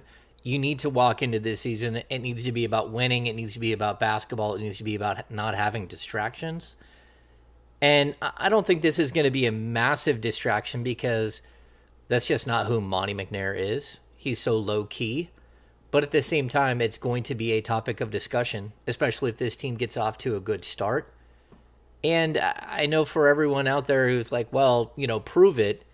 Well, what if he does prove it and then he doesn't want to come back because you didn't extend him and someone else is willing to give him a big time offer to come run their team because he just did the impossible and turned around the Sacramento Kings? That seems like a bit of a risk if you're the Kings, and you're allowing someone at this point to make all kinds of decisions that are long-term decisions, and he's not under contract. So, you know, yes, I do believe we've come to a point where they need to do something, but you know. But that's kind of why I feel like this is all going to get worked out. Is like no one's making short-term decisions. Like everything Monty has done has been a very clear, this is, you know, I even just laid out, you know, punting on the first season, everything he did off season and what he did in the second off season and how it kind of all built to his rapid movement this off season, including Mike Brown, the drafting of Keegan Murray, the signing of Malik Monk, the trading of Kevin Huerter, or the trading for Kevin Huerter, I should say. And it's all set up to where, man, it's hard for me to believe he doesn't see his future here. And you ask, you know, you say, you know, what, you know, he could, you know, put this team in a great position, and then another team comes in with a big offer to come run their franchise. Well, Vivek has to respond with that, like, okay, here's a bigger offer to stay here. Like it's the very epitome of you're taking a gamble by not signing this contract now, or you're taking a gamble by not offering this contract now when the price could skyrocket in 3 months. Yeah, I mean, this Sacramento Kings franchise is usually pretty reactive, not proactive. So, I mean, that's a problem. And it's always been a problem. You know, they've lost, even this offseason, they've lost people inside the walls because they had to go out and get other jobs because they weren't sure about what was happening here. And then it's like, oh, wait, we'll pay you that, or we'll give you a bump. And it's like, no, it's too late. I already took another job. You know, in the NBA, that's kind of how it goes. Rarely do you see a Kenny Atkinson type move where somebody takes a job and then pulls it back. Even for much smaller jobs than a head coaching job, once somebody extends an offer and you say yes, your word is your bond, and you don't want to burn bridges around the league. And so most people follow through and take the job that they said yes to. I was thinking back to that clip that we played on Friday that Trista tagged us in with the betting guy talking about taking the under on the Kings 32.5 and watching him feverishly try to study what the Sacramento Kings did this offseason. And I've come to the acceptance of this organization is just weighed down by its failures of the past. Like, I don't know how you can look at what Monte McNair did this offseason and thus what the Sacramento Kings have done this offseason and be super down on it. Like, this isn't Miami.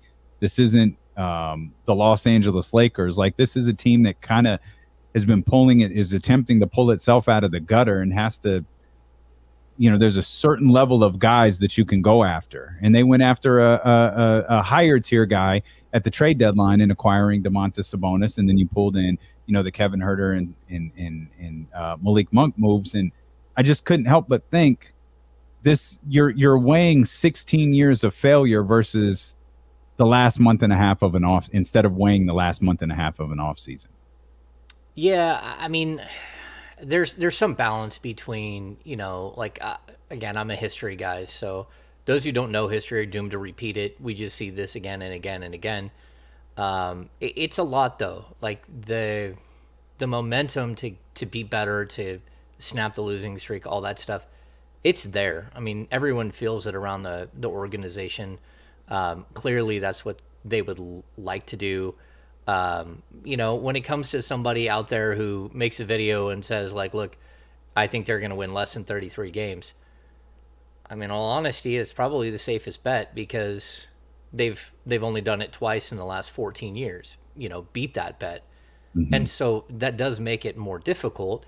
But, I don't know. Like, at some point, as a fan, as somebody who bets, as someone who, talks about basketball in general, you have to take a step back and analyze what's happening right now. I do think that giving Monte McNair, his playoff, streak of futility is 2 seasons. And sure, he's wrapped up into 16, but it's only 2. Mm-hmm. And you kind of want to see how it plays out. Like, is it just me, or is this is it a movie that's given you enough over the last 2 years to make you want to stay for the end and see how it finishes? Because it could finish well. And that's kind of where I'm at with these guys. I'd like to see Monty have more security. Maybe he doesn't want it. We've always talked about that. There's always a possibility that he's like, it's okay. Go ahead and don't do that. And don't extend me an offer. Because the offer could be one of 2 things. It could be not good enough, not long enough, or not enough money. We haven't even got to that point. You could walk into the season, as of right now, there is no conversation. What if the conversation was a negative conversation? And that's a whole different ballgame. That's something we haven't got to yet. Do you make anything of Sacramento being thrown into Sham's report about teams that have contacted Utah about Donovan Mitchell? I mean, they're always going to be mentioned every time someone's available. And if the Kings didn't contact Utah about Donovan Mitchell, they'd be crazy. I mean, Donovan Mitchell's a really good player. You have to be cautious there, and what's it going to cost you?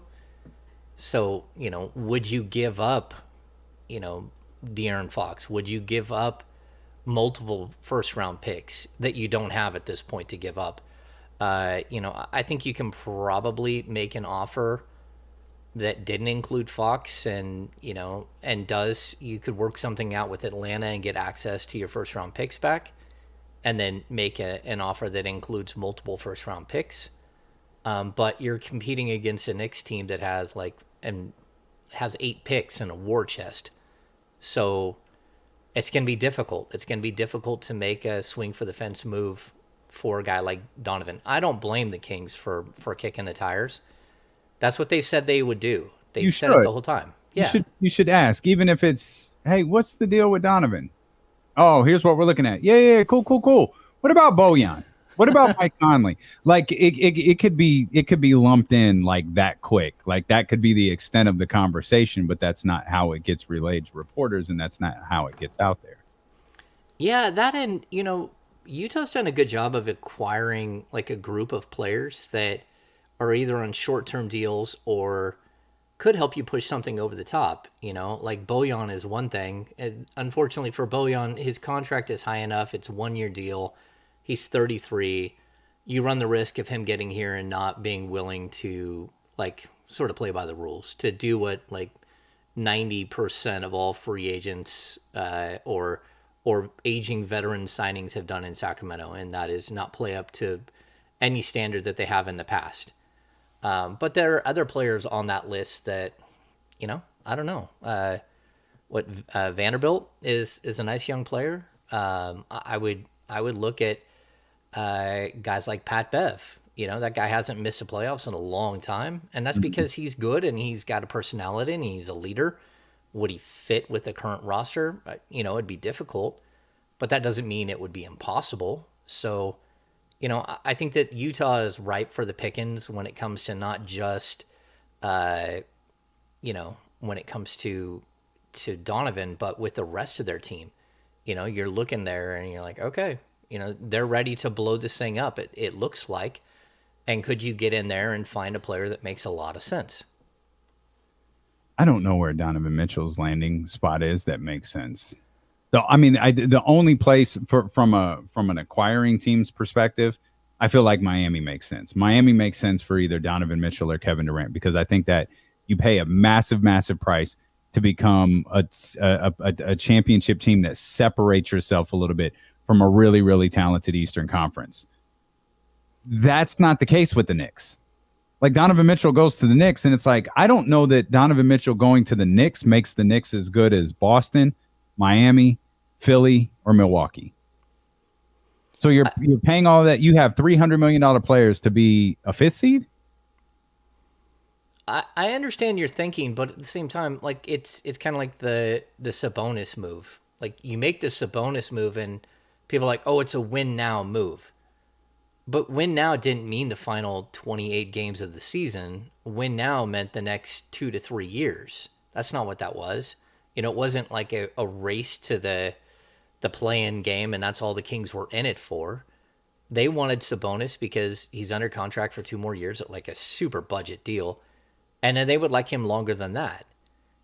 That was a deal that starts the ball rolling on other deals. It's a deal that if you go get Donovan Mitchell, it becomes much easier to go acquire the next piece, because now you have other players that you can move and figure out like who's going to fit properly with him and with some of your core. But your core changes really quickly in that situation. Is RJ Barrett a perfect fit long term? Maybe not, but he's talented enough that he could get you something really good. And so it's a move that brings on another move that brings on another move. And so I do get, like, if the Knicks were to jump on board, that doesn't mean it's the only deal they do. They still have a bunch of picks, but on top of that, they still have other players. Would somebody take Julius Randle, and could you mix it up and get a better fit player than Randle, and maybe put yourself in the conversation to be better? So I think it's always, you got to look at the short-term situation, but also the long-term situation. I think short-term, we're looking at Miami is clinging to something and hopes that they can put a team around Jimmy Butler for the next couple of seasons. They did it last offseason with Kyle Lowry, and now you're kind of at that situation where Boston is a team that looks ahead and goes, okay, could we win 3 championships, 4 championships in the next 5 years? Maybe they can. Malcolm Brogdon is a big-time get for a team that made it to the Eastern Conference Finals. Yeah.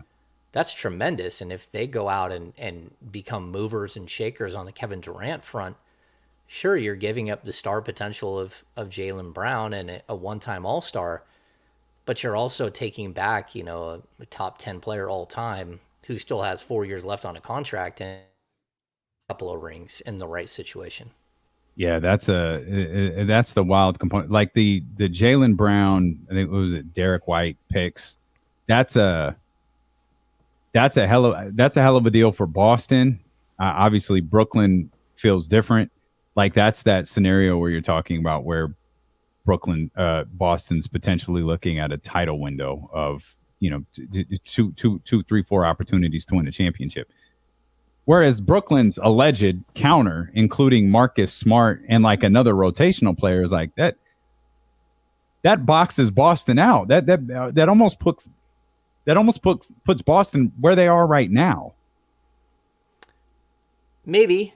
Yeah, I mean, losing 2 really good players, including the defensive player of the year and like a big time rising star in Brown. If it were just Brown, I mean, I put Brown kind of in the same category that I put Donovan Mitchell. I might even think higher of Donovan in certain situations than I do Brown.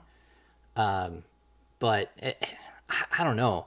Like all of this is some major gamble for everybody. The one thing we know is that Boston likes to gamble.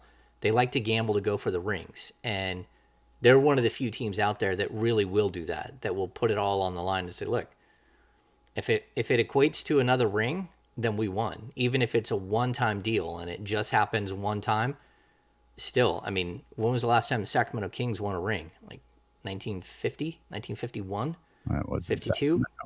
Yeah. No, well, yeah, you're right. It wasn't Sacramento, but I mean, that 37 years they haven't won anything. Right. So, I mean, I get your point, but 37 years they haven't won anything, and Boston's won a few.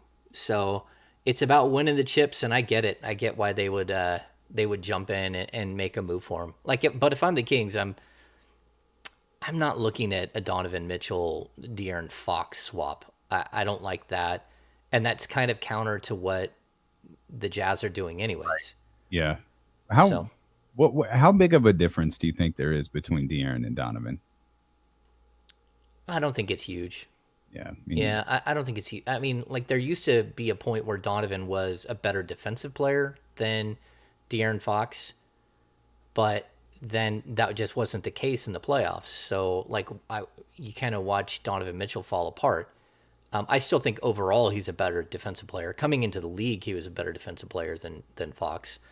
But man, it's tough. I mean, that's a high volume, high flying. That could be a really fun backcourt. And I know some people go, "Oh, that won't work at all." Roll the dice. I'd roll the dice on that if you can get it done. I just don't know how you get it done. What would it be? It would be Barnes. It would be Mitchell. Yep. It would be Terrence Davis. That matches the money, and then you have to fulfill their need for draft picks. Which actually that brings up a question that I asked you when you weren't here about an hour ago. You had said, and this was before the deal was final. You had talked about the protections on the as part of the Kevin Huerter trade, and that the Kings can always call Atlanta and rework that. Now that the deal is final, is that still a call that can be made, or was that only in that window in which the deal was announced, but it wasn't final for 3-4 days or whatever it was? No, you can always negotiate the terms of things like that. So they could call today. Yeah, you could call today, and maybe you got to give something else up. But like if you call Atlanta and say, "Hey, we want to go back and get into that deal, and instead of a 2024, which is top 14, and then it drops to 2005 at 25 is top 12, and then drops to top 10. You say, hey, we'll just pull the protections off, but we want to give you the 2025. There's no way Atlanta's not going to say yes. There's no way. I mean, Atlanta would say yes any day of the week.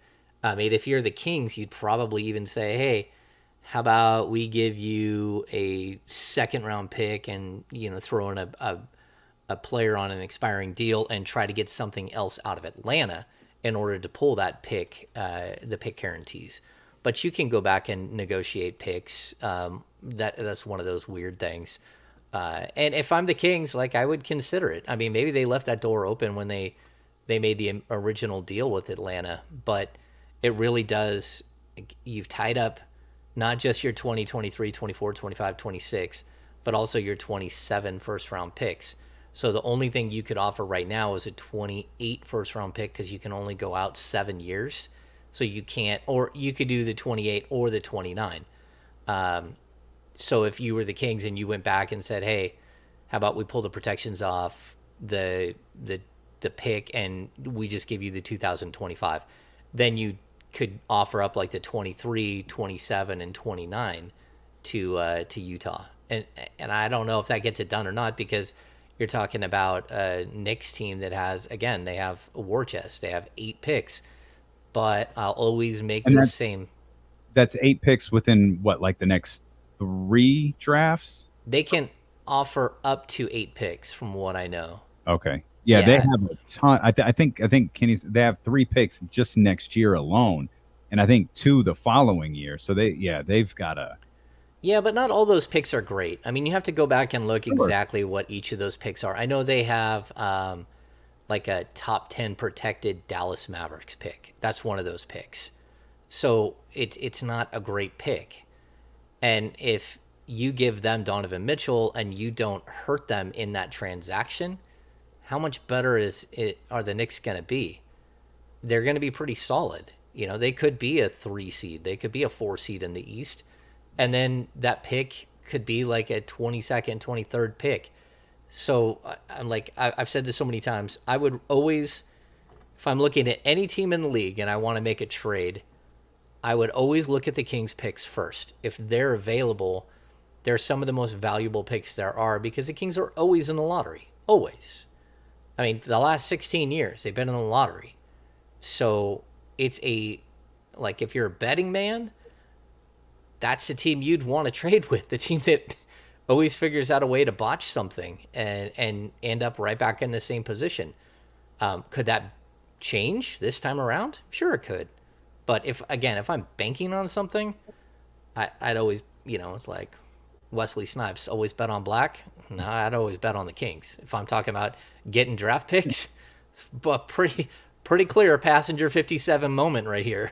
Pretty clear. That's solid. And the not often referenced passenger 57. That's good stuff right there, James. You are a movie buff indeed. As much as people turn their nose up at it, the deal that I feel like makes complete sense is the Rudy Gobert deal. I feel like the Rudy Gobert deal makes complete sense. I know, like, we're stunned by the volume of picks, and we're trying to figure out the Rudy Gobert, Karl Anthony Towns pairing. But as a whole, that was the player that Minnesota felt like they could go get that would take them over the top to where they're not struggling at the beginning of next season. Like, I made the argument, it wouldn't surprise me if Minnesota was this upcoming season was what Memphis was last year, where they're a team that just, hits that gear and are like, oh, okay, we see why they did this. Like, this makes sense. And they didn't have to give up, they were willing to part with a lot of their future. And they're, you're really rolling the dice on this working. But the key to it was they didn't have to give up a huge crop of like their current talent. Like talking about trading Jaylen Brown and Marcus Smart. That's difficult for me. You talk about trading Jaylen Brown or Marcus Smart. Okay, that's different. You fill the rest out after that. But trading them both, to me, that doesn't work. With the way the Minnesota Timberwolves constructed their deal for Rudy Gobert, I thought it made perfect sense. Whether you agree with the deal or not, the actual, like in terms of Rudy Gobert and that fit, the actual deal in Minnesota thinking like, yo, this is going to be what puts us over the top, to me, it makes complete sense.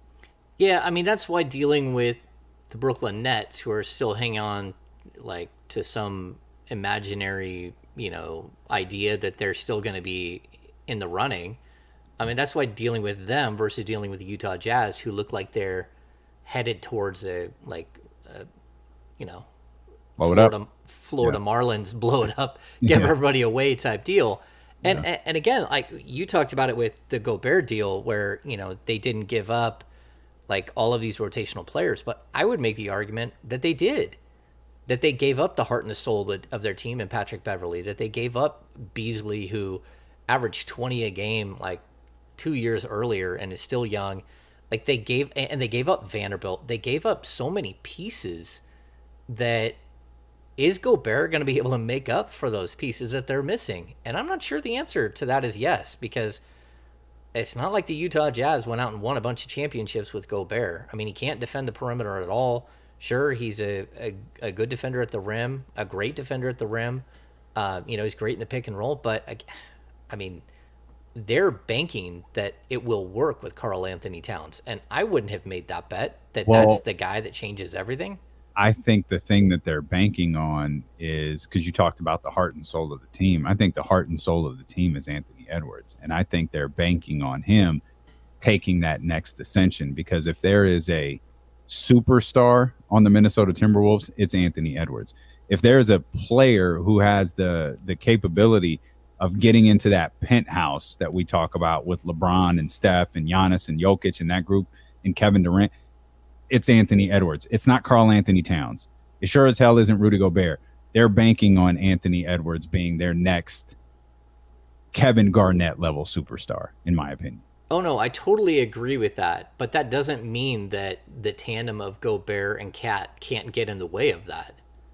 I mean, you're talking about like gumming up everything. Like Cat has to be an elite 3-point shooter, and they think he's the best 3-point shooting big in the game.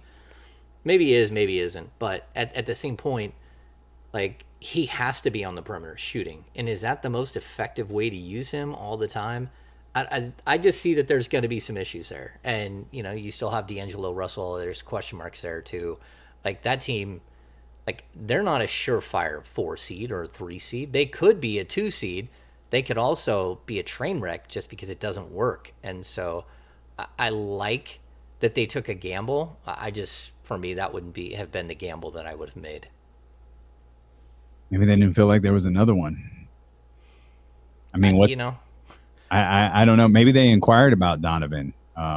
Maybe that didn't work. Maybe Donovan doesn't fit them. I don't know.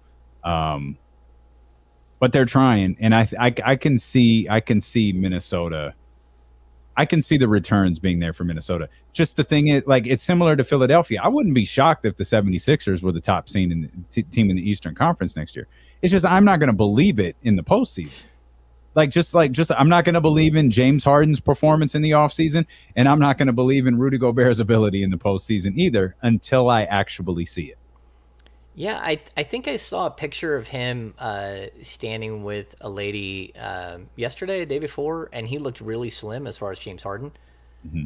And I believe that picture, I mean, in a world of Instagram filters, I mean, I believe in that picture about as much as I believe in the Philadelphia 76ers making it all the way to the end of the NBA Finals. Like, I'm just not convinced either. That doesn't mean that they're not good and they're not fun to watch. But like that team has a lot of hurdles to get over, and that's if Embiid can hold up. I think they'll be good. I just don't believe in like I think they'll be great. They could be the top seed in the East. I just don't think.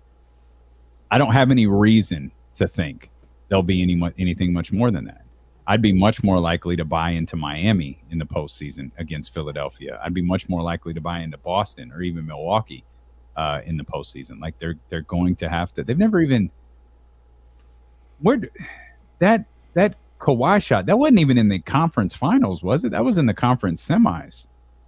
So they've never. The Philadelphia, I don't think's ever been to the conference finals. You might be right. I don't know. Still one of my favorite shots ever, whether it's conference or semis. That was the Kawhi Leonard Toronto shot's one of my favorites ever. The big bounce, right? Oh yeah.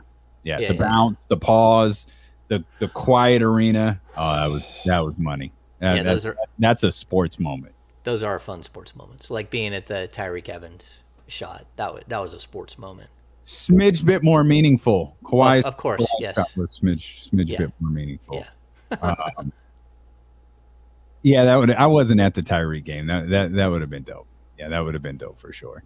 We'll come back. We'll talk more basketball with James Ham. We'll talk more Kings with James Ham when we return to Steeler and KC. Brought to you by McQueen and the Violet Fog, the smoothest gin in the world, handcrafted in Brazil, here on ESPN 1320.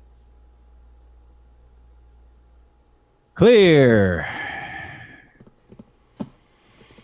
Sacramento was last past the second round in 2002. Well, Philly for that. Philly was.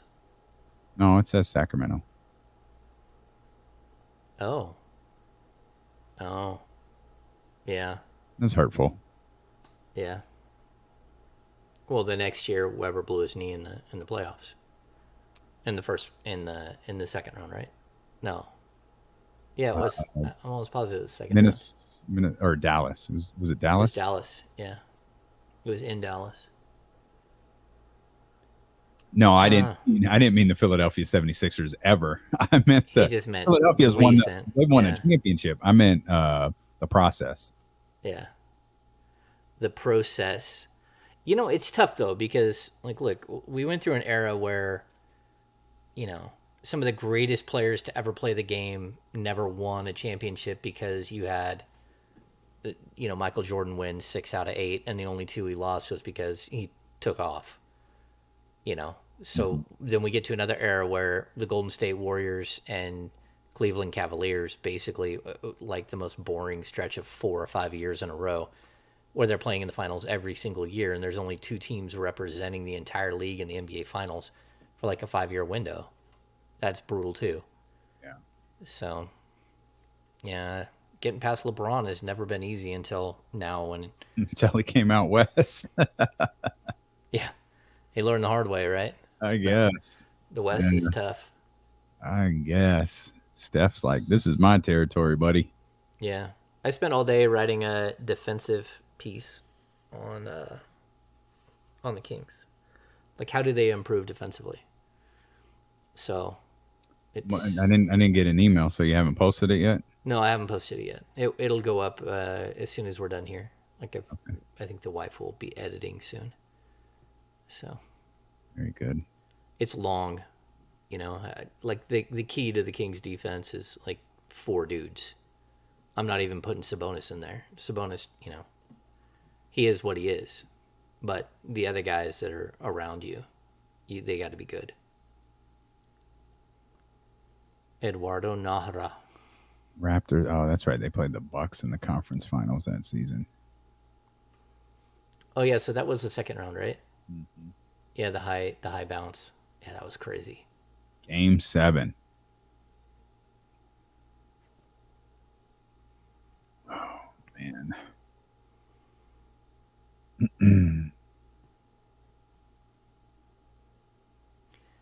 You know, like, this is a question. I am the Bay. Mike Brown can only run the defense his personnel will allow him to. I don't know if that's the case, to be honest with you, because I look at the Warriors, and sure, they have Draymond Green, and Looney is a really good defender, and then they have Wiggins. But outside of that, and they had Gary Payton, but again, that was sort of like found money. Like, they were able to do some things there that didn't make any sense. Like, how do you? Depends on where you look, like whether they're rated number 1 or number 2.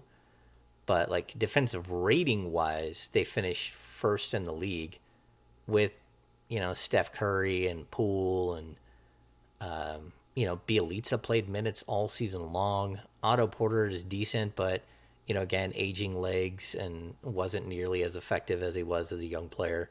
Klay Thompson missed half the season, and then, you know, not half, but close, but he was coming off missing like almost 3 years of basketball. You know, Draymond did miss half the season. So, yes, I believe that Mike Brown's defensive scheming had a lot to do with the fact that they were the best defensive team in the league. Now, whether he can do that in Sacramento. We'll stay with defense.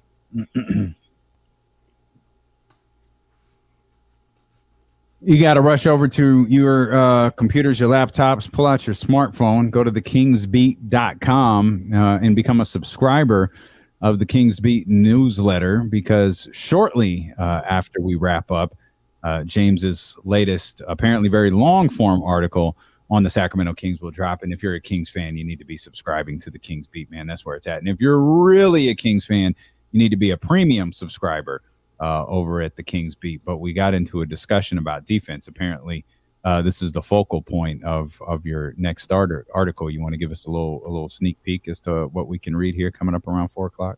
Yeah, I mean, the fact that the Kings were the worst, second, third worst, whatever you want to put them, one of the worst defensive teams, not only last year but the season before. You know, and then they went on. They had an offseason where they didn't really add defensive players. It really, to me, it hinges upon this season's success. Mike Brown can do wonders, but how much can he do with a team that was atrocious on the defensive end? And it comes down to 4 players for me, and it's De'Aaron Fox, Harrison Barnes, Rashawn Holmes, and Davion Mitchell. And those are the 4 guys. Because, like, look, you can make defensive improvements at the end of your bench, and, you know, we see like KZ Okpala and Chima Maneki, like, that's fine. But are those guys going to play? And if they're not going to play, then they can't impact the defense. Just like Keon Ellis can't impact the defense this season because he's going to have a hard time getting on the court. So if you look at the numbers and really dive into the why, I'm confused why Harrison Barnes had such a bad defensive year. He's never been a bad defensive player. You know, he ranked right around the middle of the pack in the NBA for a long time, and last year just seems like an anomaly. So can having Mike Brown and having somewhat better defensive players help Harrison Barnes fix his defensive woes? I just don't buy that at age 30. I know Harrison. I know how much he takes care of his body. There's just no way that he just is declining yet, to a point where he would be like, I mean, some of the defensive rating stuff was horrible, like bottom 12% though of the league. And, as far as like pick and roll covering the man, you're talking about like it was either that or it was closing out on shooters. He's like bottom 5% in the league. I mean, just these numbers are startling. And you watch some of the footage, and some of it backs it up, but it felt like he was chasing his tail a lot of last year. And some of that is because, we're looking at guys that can't seem to help him at all. Tyrese Halliburton was a lot of things. He wasn't a defensive player. Buddy Hield, and a man-on situation isn't horrible, but as a team defender was just always bad. But if you can get Rashawn Holmes on the court and back to some point where he was in previous seasons, you might be able to improve this defense. And if De'Aaron Fox, Will Z put up the stats earlier that I was talking about, but, against what the top 30 scorers in the league, Fox went up against 23 of them, and, he held his own. He was the second best holding, at field goal percentage against the best scorers in the league. But you can't get torched by TJ McConnell. That's not okay. Yeah. And so if he can figure out that issue, then the Kings will be better. And then I think the reason I add Davion in is that if Fox doesn't figure it out, or if Malik Monk or Herter or Terrence Davis doesn't figure it out, like Davion Mitchell's going to steal your minutes. He's going to steal all your minutes because he is good. He is good defensively, and he's a guy that, like look at what Gary Payton did last season for Golden State. Like he stole a bunch of minutes, and he had no business being out there, and he made a bunch of money off of it, but he had no business being out there. The fact is that he played harder than everybody else, and he played more focused on the defensive end. So if Fox takes a step back or doesn't take a step forward defensively, like there will be times when maybe he's not in the closing lineup. Like if you can't hold your own defensively, Mike Brown's not going to play you. And that's something that this group needs to learn very quickly. This message caught your attention during the commercial break as well from I Am the Bay.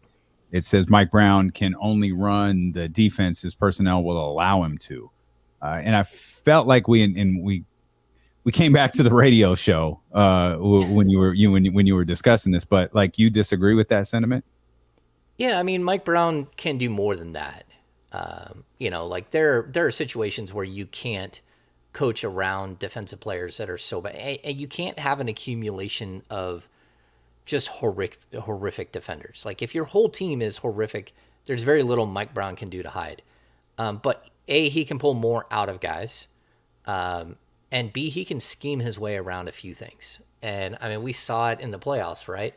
Like part of the time that Luka Doncic got just completely destroyed on the defensive end, that's the Golden State Warriors and Mike Brown coaching to that, finding Luka on every single possession and just eating him alive. Like on the, trying to work around someone else's defense. Now, like when it comes to the Kings, like I don't expect Mike Brown to put up the 10th best defensive rating in the league, and maybe even like getting out of the bottom 10 will be difficult, but they will be better because his principles, his understanding, his modern understanding. I mean, he won a championship last year as a defensive coach for a team that lacked a lot of defensive players. Did they have defensive players? Yes. Looney is a good defender. Draymond Green is an outstanding, great defender, but number one, he's aging, and number two, he only played 44 games, and they still had the best regular season defensive rating. Wiggins stepped up and became a much better defender, and Peyton stepped up and became a better defender. But Nemanja Bjelica was on that team. Klay Thompson not playing for 900 and something days was on that team. Steph Curry was on that team. And while Steph I think that's what I look at with Fox. Like, Steph has improved to a point where he's a league average, maybe a little bit better defender. Can you get De'Aaron Fox with his skill set to be a better defender? Sure. Like, there's some things that in this situation with Fox come down to scheme. There's something that come down to effort. There's some things that come down to like scouting reports or understanding. But I think Mike Brown can clear up a lot of that stuff and make him a better defender. Specifically, like in the pick and roll, Fox in the man-on situation, as the dribbler eats him alive for some reason. That's where he's at his worst. And he's got to figure that out. He's got to figure out how to get through.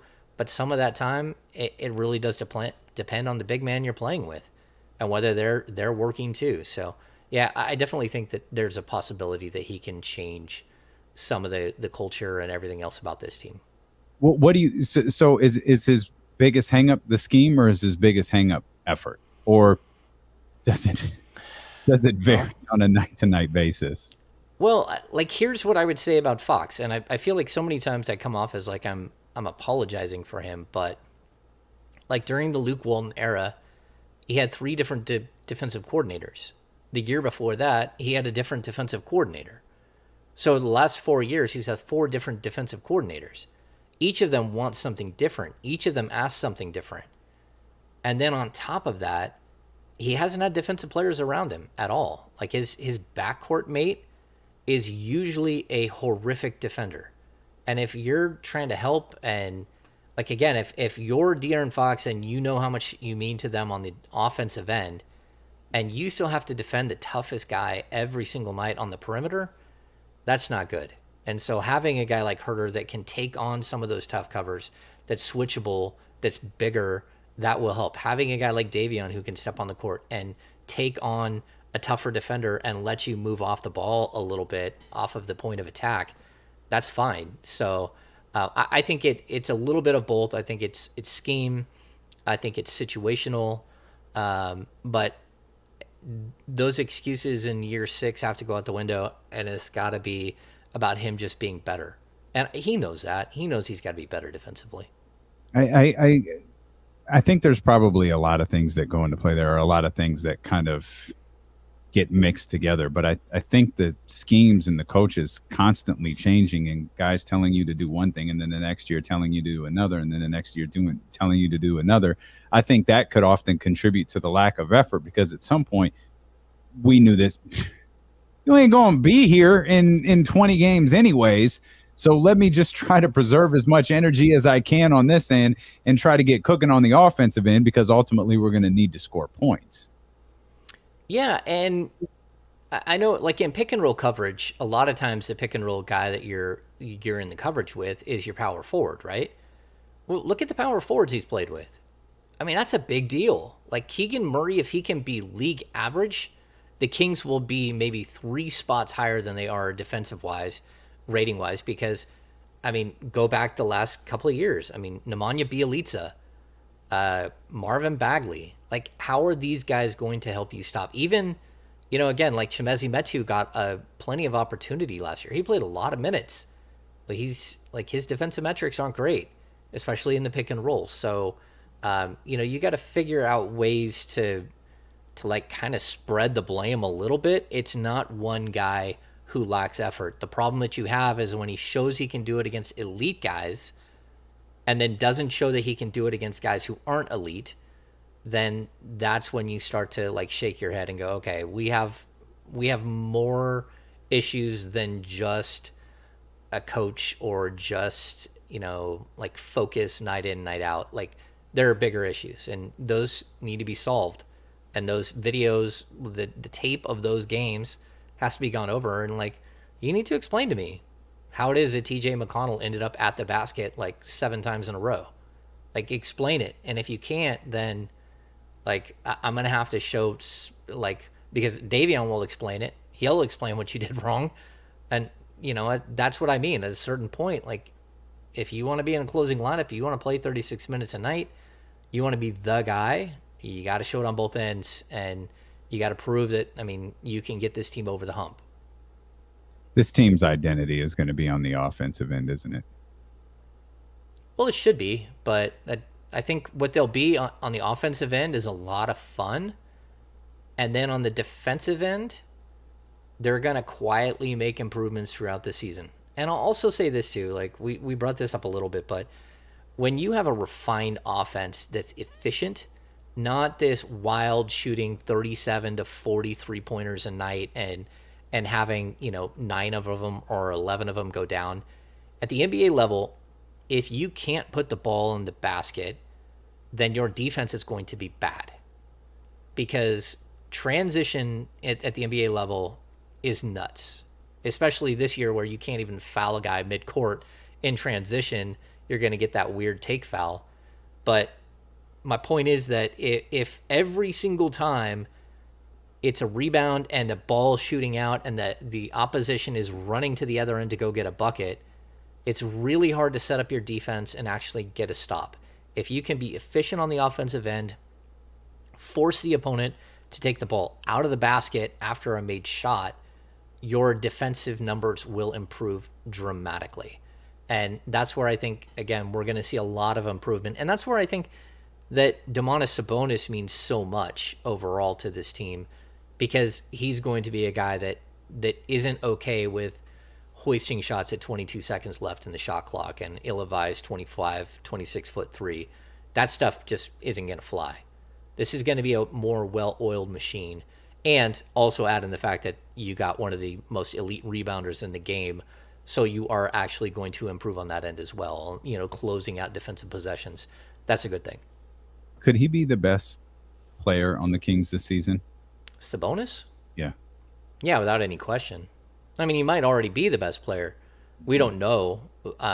Statistically speaking, he won't score the most, but that doesn't mean you're not the best player. Even scoring-wise, he's not that far off of what De'Aaron was last year. Oh, 5 points. That's a sizable jump. Okay. Yeah, that's a sizable. At his best, I think Sabonis, I would like to see him hit the 20-point mark, but I also don't think it's imperative that he hits a 20-point mark. He needs to hit 18 points, be between 16 and 22 every single night, which is something that I kind of think that you will get. You're getting a guy that you can write things in and pin. He will dominate the glass. There are very few games where he didn't dominate the glass last season when he moved to the Kings, and even in those games, the Kings almost always won the rebound battle because he cleared out everybody and other people were getting rebounds. So there's a lot to like about what he brings overall. And again, we talked about this on the podcast last week. There's something to having a moment in a game where a team gets a 6-0 run. Sometimes it gets up to 8-0.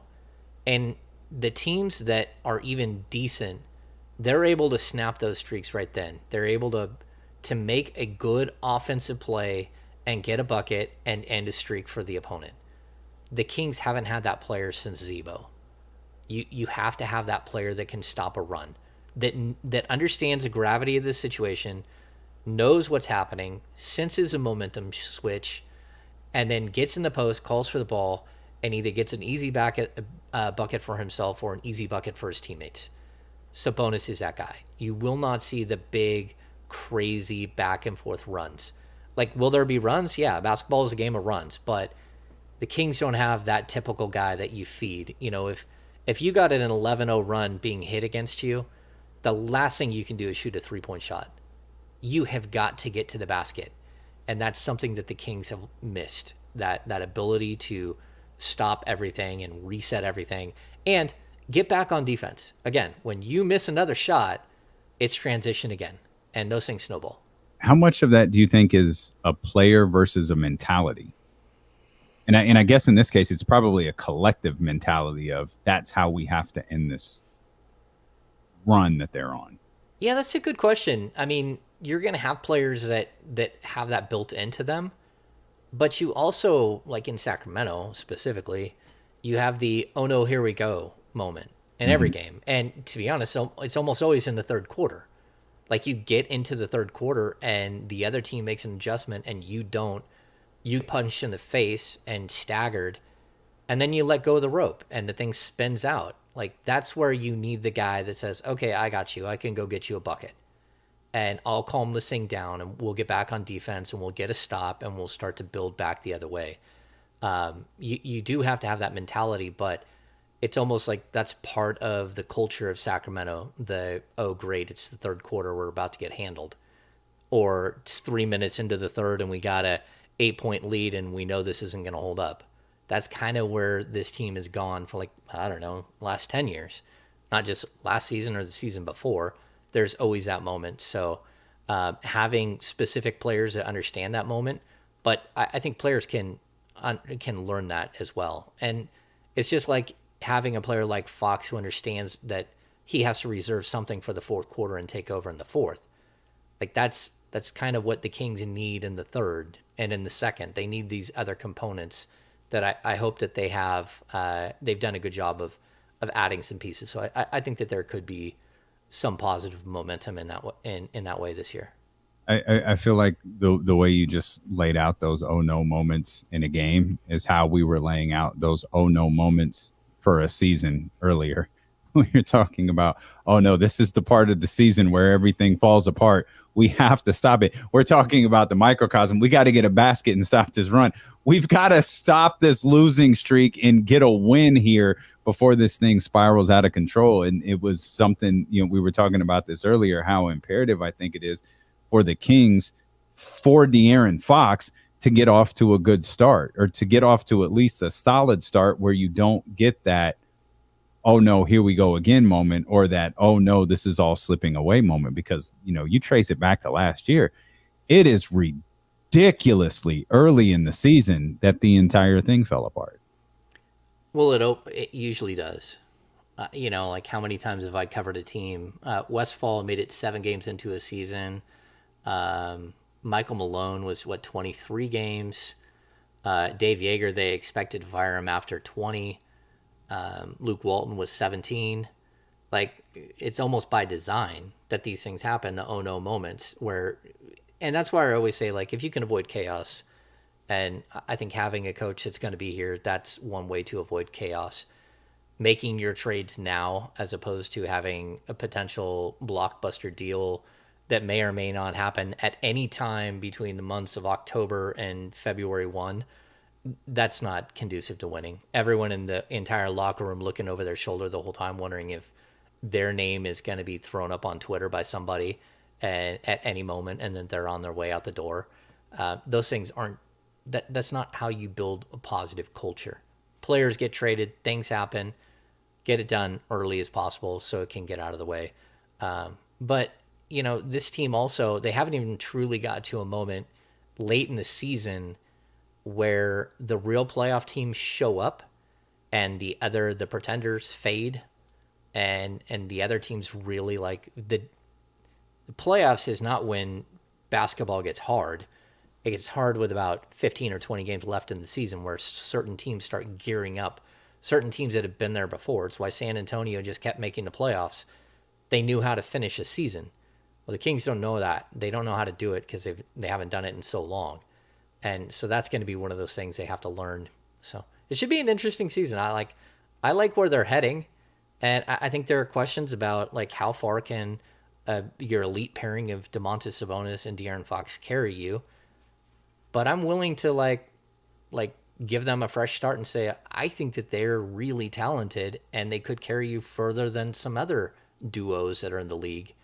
And a lot of it will come down to that. I think that's a sneaky key phrase that we haven't really used before. I think people's perspective on the Kings could really boil down to whether or not you're willing to give them a fresh start or not. Whether or not you're willing to eliminate your frustrations with Vlade and his draft picks and the way Pete D'Alessandro ran things, or the way that the Maloofs ran things, or the Keith Smart era of coaching, or the this era, that era. If you're willing to put all of that stuff aside and give this team a fresh start and look at it, even if you don't want to erase everything, and just look at it in the kind of microcosm of the Monte McNair era, I think you'll look at this team a little bit differently if you're willing to do that. Yeah, and as someone who's covered this team forever, it's really hard to do that all the time. And Sure. I'll be honest, I was super harsh on Monty and Wes and the way that draft night went. I was harsh on him. Like, even I love the Keegan Murray addition, and I always have these, but and same thing with Herter.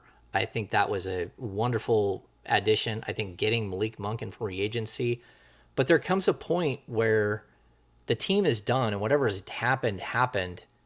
And as a writer, you just move on. You're like, okay, well, this is where we're going now. Like, would I have made all these moves that they did?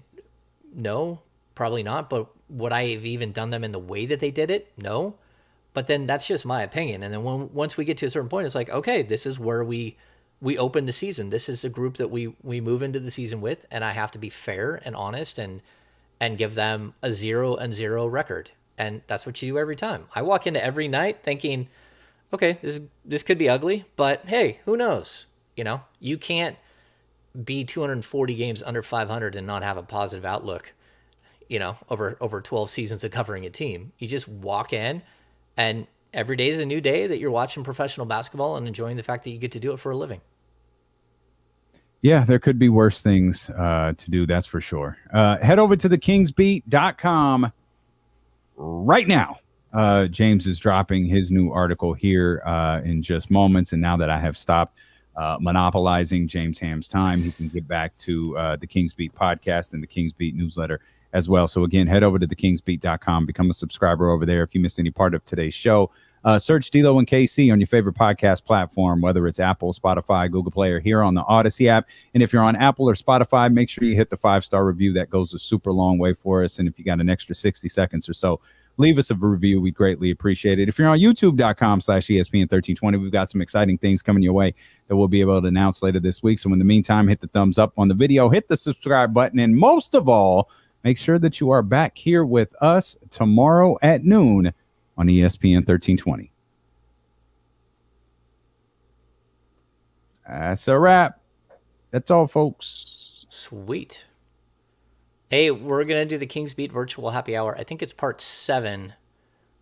Deuces are wild on Thursday night. Oh, okay. I like it. Dave Deuce Mason of the Deuce and Mo podcast. Mo has a prior engagement, so she will not be there. But Dave Mason, this is the first anyone's hearing of it. It's written in my article that will go up. But the latest Kings Beat happy hour will be this Thursday from 5:30 to 7:30. Oh, and the happy hours are fun. Yeah, the happy hours are awesome. And Dave's fun. Dave's got Deuce. I'll just call him Deuce because that's what he likes to go by. But he's got a really cool life story. And he's a dude who has battled through adversity and come out just, every step of the way. You think, look at that. He survived it and moved on and got bigger and better. Yeah, he's a great story.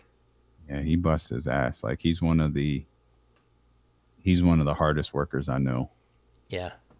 He does not fake his way through a show or through anything. He works his ass off. Yeah. Yeah. And, he is such a super preparer, and he's got all these stats and all this, plus he's trained under one of the greatest dudes ever, and Gary Gerald and Jason Ross. They've both been mentors to him. Yeah, he's an awesome dude. But we each do our job differently, and he always has all these stats, and I always thought people think that I'm not prepared when I walk onto a set. But that's just not the case. I'm just I'm there every day, and my saturation level is more than 100%. So yeah, that's good stuff. That'll be a fun one. Yeah, I'm excited. A fun one. Yeah. I hope Mo can drop by for a few minutes just because it's Deuce and Mo. But yeah. Yep, Deuce's name is in fact Dave. That is accurate. Oh, you didn't know that? My bad. Yeah. David Mason. Yeah, he's a good kid, man. I've watched him grow for years and years, and I'm super excited to see where he ends up and how his journey takes him and everything else. He's a great kid. So, sweet. All right. Well, good stuff. We will say goodbye to you all. Thanks for hanging out. KC back tomorrow. That's all. KC's back tomorrow. I'm going to get working on. By the way, I forgot to mention this on there. There's the sale is still going on DeLoandKC.com. 30% off for Kenny's birthday. The rest of the night.